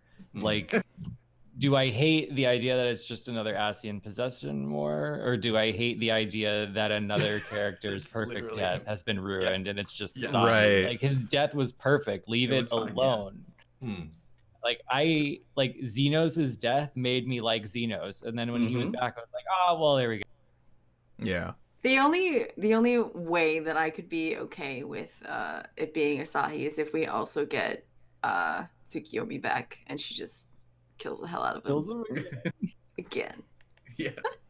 What if Asahi was an Asian the whole time? No. No. He might have been promoted. Yeah. He might have been resurrected, and Elidibus was like, "Hey, you did a good job there. We're understaffed at the moment. Well, all right, You're on how about probation." I think if anybody did it, it's Xenos, right? Well, we have that Elysian with Gaius, right? That's going to be Travanche. And then this guy wearing Asahi, that's going to be Korgova. there you go. Done. Problem solved. All accounted for right then. There was another throwaway line here, which I thought was like probably way more significant than we've given it credit for. Xenos has a dream, a very, very clear and precise memory of the final day of Amarot, and this white robe dude basically says that that's never happened. Like no one has ever had that. Like the star shower illusions are a thing, but no one has had like a clear and precise memory of the final day. His reaction is like, my understanding of this is pretty weird, but Emmett Zelk was here. Maybe he did something. Exactly. Yeah. He says, "Did Emmett Selk find a way to?" And then he just kind of trails off. If we want to put our tinfoil hats back on, if you will, we know that Xenos has the resonant. We don't know when he was given the resonant, but now he's saying that he's had this memory for as long as he can remember, so presumably for a while. We know that to give someone the resonant requires like a blueprint of someone that has the echo. We know that for Dol that was Kryle. For Xenos, we have no idea who that is. I would like us to consider for a moment, maybe, just maybe, the possibility that the blueprint for Xenos' resonant was Emmett Selk. I was gonna say, yeah, because I mean he's part of that descendancy, right? I mean, that's part of it. Like he is a blood descendant. That's true, but also like if he's been given a copy of Emmett Selk's echo, that makes him not only like artificially echo enhanced, but artificially unsundered, pre-sundered, rejoins. Whether that's like I don't know what that would be like is that somehow like a soul copy of Emmett Selk himself? Is that like a restoration of some other ancient's soul into Xenos's form? Like again, pure speculation, but I feel like the white robe talking about Emmett Selk and wondering if Emmett Selk found a way to do something in particular just makes me like immediately want to grab onto the idea that Emmett Selk gave him the resonant. Like I'm willing to throw it up on the theory board just because it's cooler than what I've been able to work out based on just past precedent alone. Right. Or maybe he just did a Palpatine, right? You know, we fought him on the first, we killed him, and then he threw his mind across time and space and stuck a little bit into Xeno. Well, he doesn't know how to do time Xeno travel. has a lot of ethereal midichlorians. Yeah, Oh exactly. god. That's why I wasn't really sure. I want to thank you. I wasn't really sure where you were going with that. I was like, there's two things. It could either be M itself or it could be us. Because Going back theoretically, past we also presidential have law. some sort of recollection of that event. Either the fresh one or one way, way, way in the past, because apparently we were one of those people. Right, And but they the would thing have is, like, had the people- opportunity to get our data because we've been around. People that have been like awakened in the echo, like they have an illusion of the star shower and they have the echo. They don't start having memories of the final days. Yeah. They don't start having these vivid dreams of things as they happened. Like again, as far as the white robe dude understands, and like again he admits that his understanding is like pretty limited. That is, this never happens. But Moose, you were just mentioning like some kind of precedents that might give us some indication of what the hell is going on with Xenos. Maybe, but the thing is when it comes to past precedent and archiving, what happens is my accuracy ends up being probably a coin toss, because that's not how writing happens. Yes, Writing is sure. both using past precedent and reframing shit and coming up with new ideas. The rule So of if it's a cool. new idea, I'm not likely to see it from the archiving. Right, the new rule of cool. And one thing we can do here is, if there wasn't a new rule of cool in place, we could say that, okay, being a descendant of Emmett Selk, or Emmett Selk screwing with him artificially, is how he became just so OP. How he was always just like bigger, better looking, better at everything than everyone. And Better that's how he looking, had you this. just have to slide that one. Yeah, I'm throwing Listen, that in speak there. for He's this game yourself. Sephiroth. What do you want? You speak for yourself. My character is handsome as I'm not hell, speaking all right? for me. He's not my type. I'm speaking for the people on Twitter who are like thirsty all over my feed. Oh no. It's like, it's a different kind of thirsty than Emmett Selk, where everyone's just like, I can save him. But like, Listen, I know the people you follow, all right? That's your own damn fault. yeah, it's kind of, I mean, it really is kind of a trinity between Xenos, Emmett Selk, and Grahad. Oh yeah. Okay, but anyway, if we use President alone, we can have that, like, he was so special in the first place because of something Emmett Selk did, incidentally or on purpose, just his involvement. So he grows up, he's a kid. We know from the short story, as a kid, he did not have magics. He was toying around with like the crystal embedded in his hand, and that's where he became interested in becoming a Garlean mage in the first place. Then we cut forward to Ralger's Reach, where he does have magics. And that part is what makes me interested at first. How did he close that gap? And I'm thinking he went through, like, if we were to rely on past precedent alone, what makes sense to me is he went through Aulus's machine twice. That, because when Aulus tells Fordola about the machine, he's not saying like, oh yes, this is the Echo Resonant machine. He's like, yeah, I built this to give Garleans magics because we didn't have them. So if we assume he went through it one time and got magics, and then started using the katanas and all those crazy skills we see at Ralger's Reach, then he starts learning things because Elidibus is in cahoots with the royal family, and he becomes like this experimental test bed, and Varys knows about it and all that other kind of crap. We can go to the fact that he concocts that Shinryu plan, and he gets them out there looking for Shinryu. The instant he gets the call about Shinryu, he's in Doma, and he drops everything he's doing, leaves Doma, calls Fordola, and tells her to kidnap Kryl. So I think that's when he got his echo powers. In terms of past precedent theories, it would be he told Fordola to capture Kryl specifically because that's when he found Shinryu. And that he went through the machine again and became resonant in a way that he could merge with the primal and fight us. And that's why there was such a rush. And then after it worked, he was just like, you know what would be really fun? You know what I bet would be like really crazy and it would like fuck everything up right now? Let's throw Fordola through it and see what happens. Like, I think that's how that whole thing happened, and that him and Fordola just reacted to it really differently. But that would be past precedent alone. Right. So you were thinking that he didn't have the echo until like pretty soon before Stormblood. I wouldn't think so, just because if he did, I think he would have used it differently. I think he would have made different decisions than he did at certain points. But like, Okay. again, that's just how I make sense of it right now. That's a theory Right. every bit as much as every other. Right. But this idea that he's been having this dream for as long as he can remember seems to perhaps imply that he's had the echo that whole time. It does, but like I'm stuck on the fact that like back when a lot of this lore was written for Xenos, like the writers didn't know that.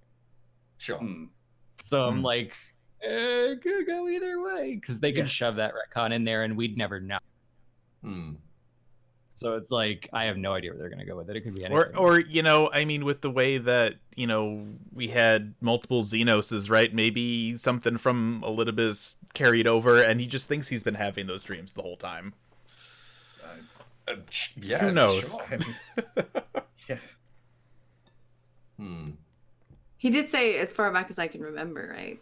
Maybe he's got. How like, far a back can memory he loss. remember? Yeah. Yeah, mean, that's maybe he can't. My earliest memory is from last Thursday. Been having this dream a week. Yeah, I mean, he has been through this, you know, resonant machine perhaps multiple times and has died. Like his memory might not be all that great. Yeah. Okay. Well, do we have really anything after that?